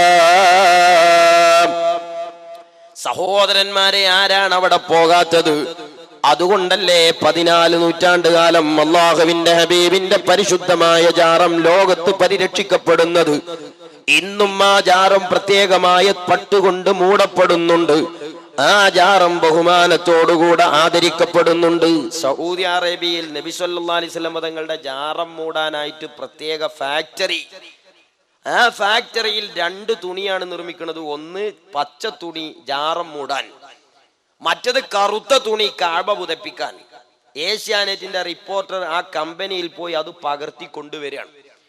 പകർത്തി കൊണ്ടുവരുമ്പോ നിങ്ങൾ കയ്യിൽ എന്ത് കാണാം? നബി സല്ലല്ലാഹു അലൈഹി വസല്ലം തങ്ങളുടെ ജാറം കണ്ടോ? അവിടെ മക്കീനത്തു സിത്താറത്തി ദാഖിലിയ ലി ഖബരി നബി സല്ലല്ലാഹു അലൈഹി വസല്ലം എന്നുള്ള ബോർഡാണ് അത്. എന്താ ഇതർത്ഥം? നബി സല്ലല്ലാഹു അലൈഹി വസല്ലം തങ്ങളുടെ ജാറം പുറത്ത് മൂടാനുള്ള തുണി ഉണ്ടാക്കുന്ന കമ്പനി എന്നുള്ള ബോർഡ്, ആ ബോർഡ് വെച്ച ഭാഗത്ത് പച്ച തുണി ഉണ്ടാക്കുന്നത് നിങ്ങൾക്ക് കാണാം. വേറെ ഒരു സ്ഥലത്ത് നിങ്ങൾക്ക് ബോർഡ് കാണാം, കഅബ പുതപ്പിക്കുന്ന തുണി ഉണ്ടാക്കുന്ന ബോർഡ് കണ്ടങ്ങൾ. അവിടെ പിന്നെ മക്കീനത്തു സിത്താറത്തിൽ കഅബ പുതപ്പിക്കുന്ന തുണി ഉണ്ടാക്കുന്നത് അത് കറുപ്പാണ്, ഇത് പച്ചയാണ്. ഇതൊക്കെ പകർത്തിയിട്ടാണ് ഏഷ്യാനെറ്റിന്റെ റിപ്പോർട്ടർ ആ റിപ്പോർട്ട് പറയുന്നത്. ഞാൻ ഇത് ഇത്രത്തോളം പറയാൻ കാരണം, മുജാഹിദീങ്ങൾ വരുമ്പോ ഒരു ക്ലിപ്പിടും. അതെന്താണ്? നമ്മൾ ഈ ക്ലിപ്പ് ഇടാൻ തുടങ്ങിയപ്പോ ആ സൗദിയിലെ കുറച്ച് മൗലവിമാര് ഒരു പ്രസ്താവന എഴുതി കൊടുത്തു ഏഷ്യാനെറ്റിക്ക്. എന്നിട്ട് അവർ പറഞ്ഞു അങ്ങനെ സൗദിയിൽ ഒരു കമ്പനി ഒന്നും ഇല്ല എന്ന് സൗദിയിലെ പണ്ഡിതന്മാർ അറിയിച്ചു. ഏതാണ് ഈ പണ്ഡിതന്മാർ? അവിടുത്തെ കുറച്ച് മുജാഹിദീങ്ങളെ. മുജാഹിദ് ഇവിടെ ഉള്ള മാതിരി അവിടെയുണ്ട്. ഇല്ലാന്ന് ഇത് നമ്മൾ ഉസ്താദ്മാരെ എഴുതി കൊടുത്ത പ്രസ്താവനയല്ല. മാത്രമല്ല ഞാൻ ആ ബോർഡ് കാട്ടി തന്നു. മക്കീനത്തു സിതാറത്തി ദാഖിലിയത്തിൽ ഖബറിൻ നബി സല്ലല്ലാഹു അലൈഹി വസല്ലം.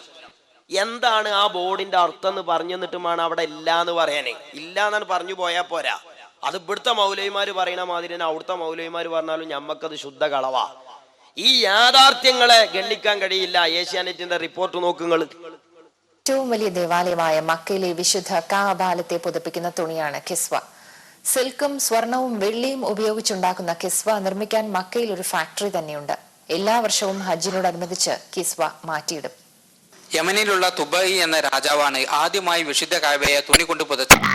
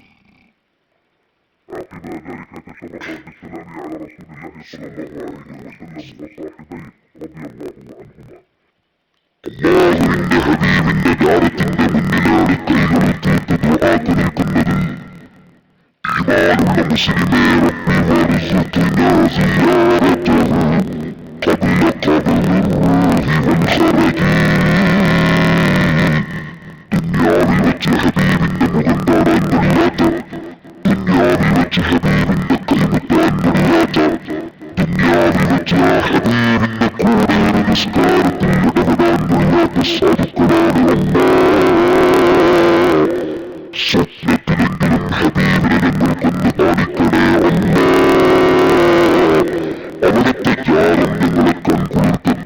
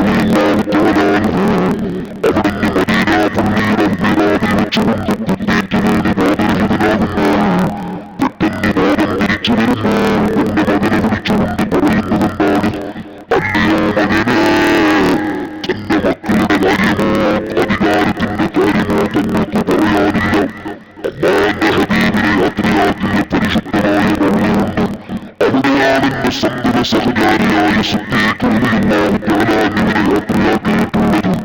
ഇനി അവിടെ ഒരാളെ മറവിലില്ലാനുള്ള ആരതി വന്നാറുള്ളത് ആയിഷ റളിയല്ലാഹു തആല അൻഹയ്ക്ക് വേണ്ടി മാറ്റിവെച്ചതാണ്.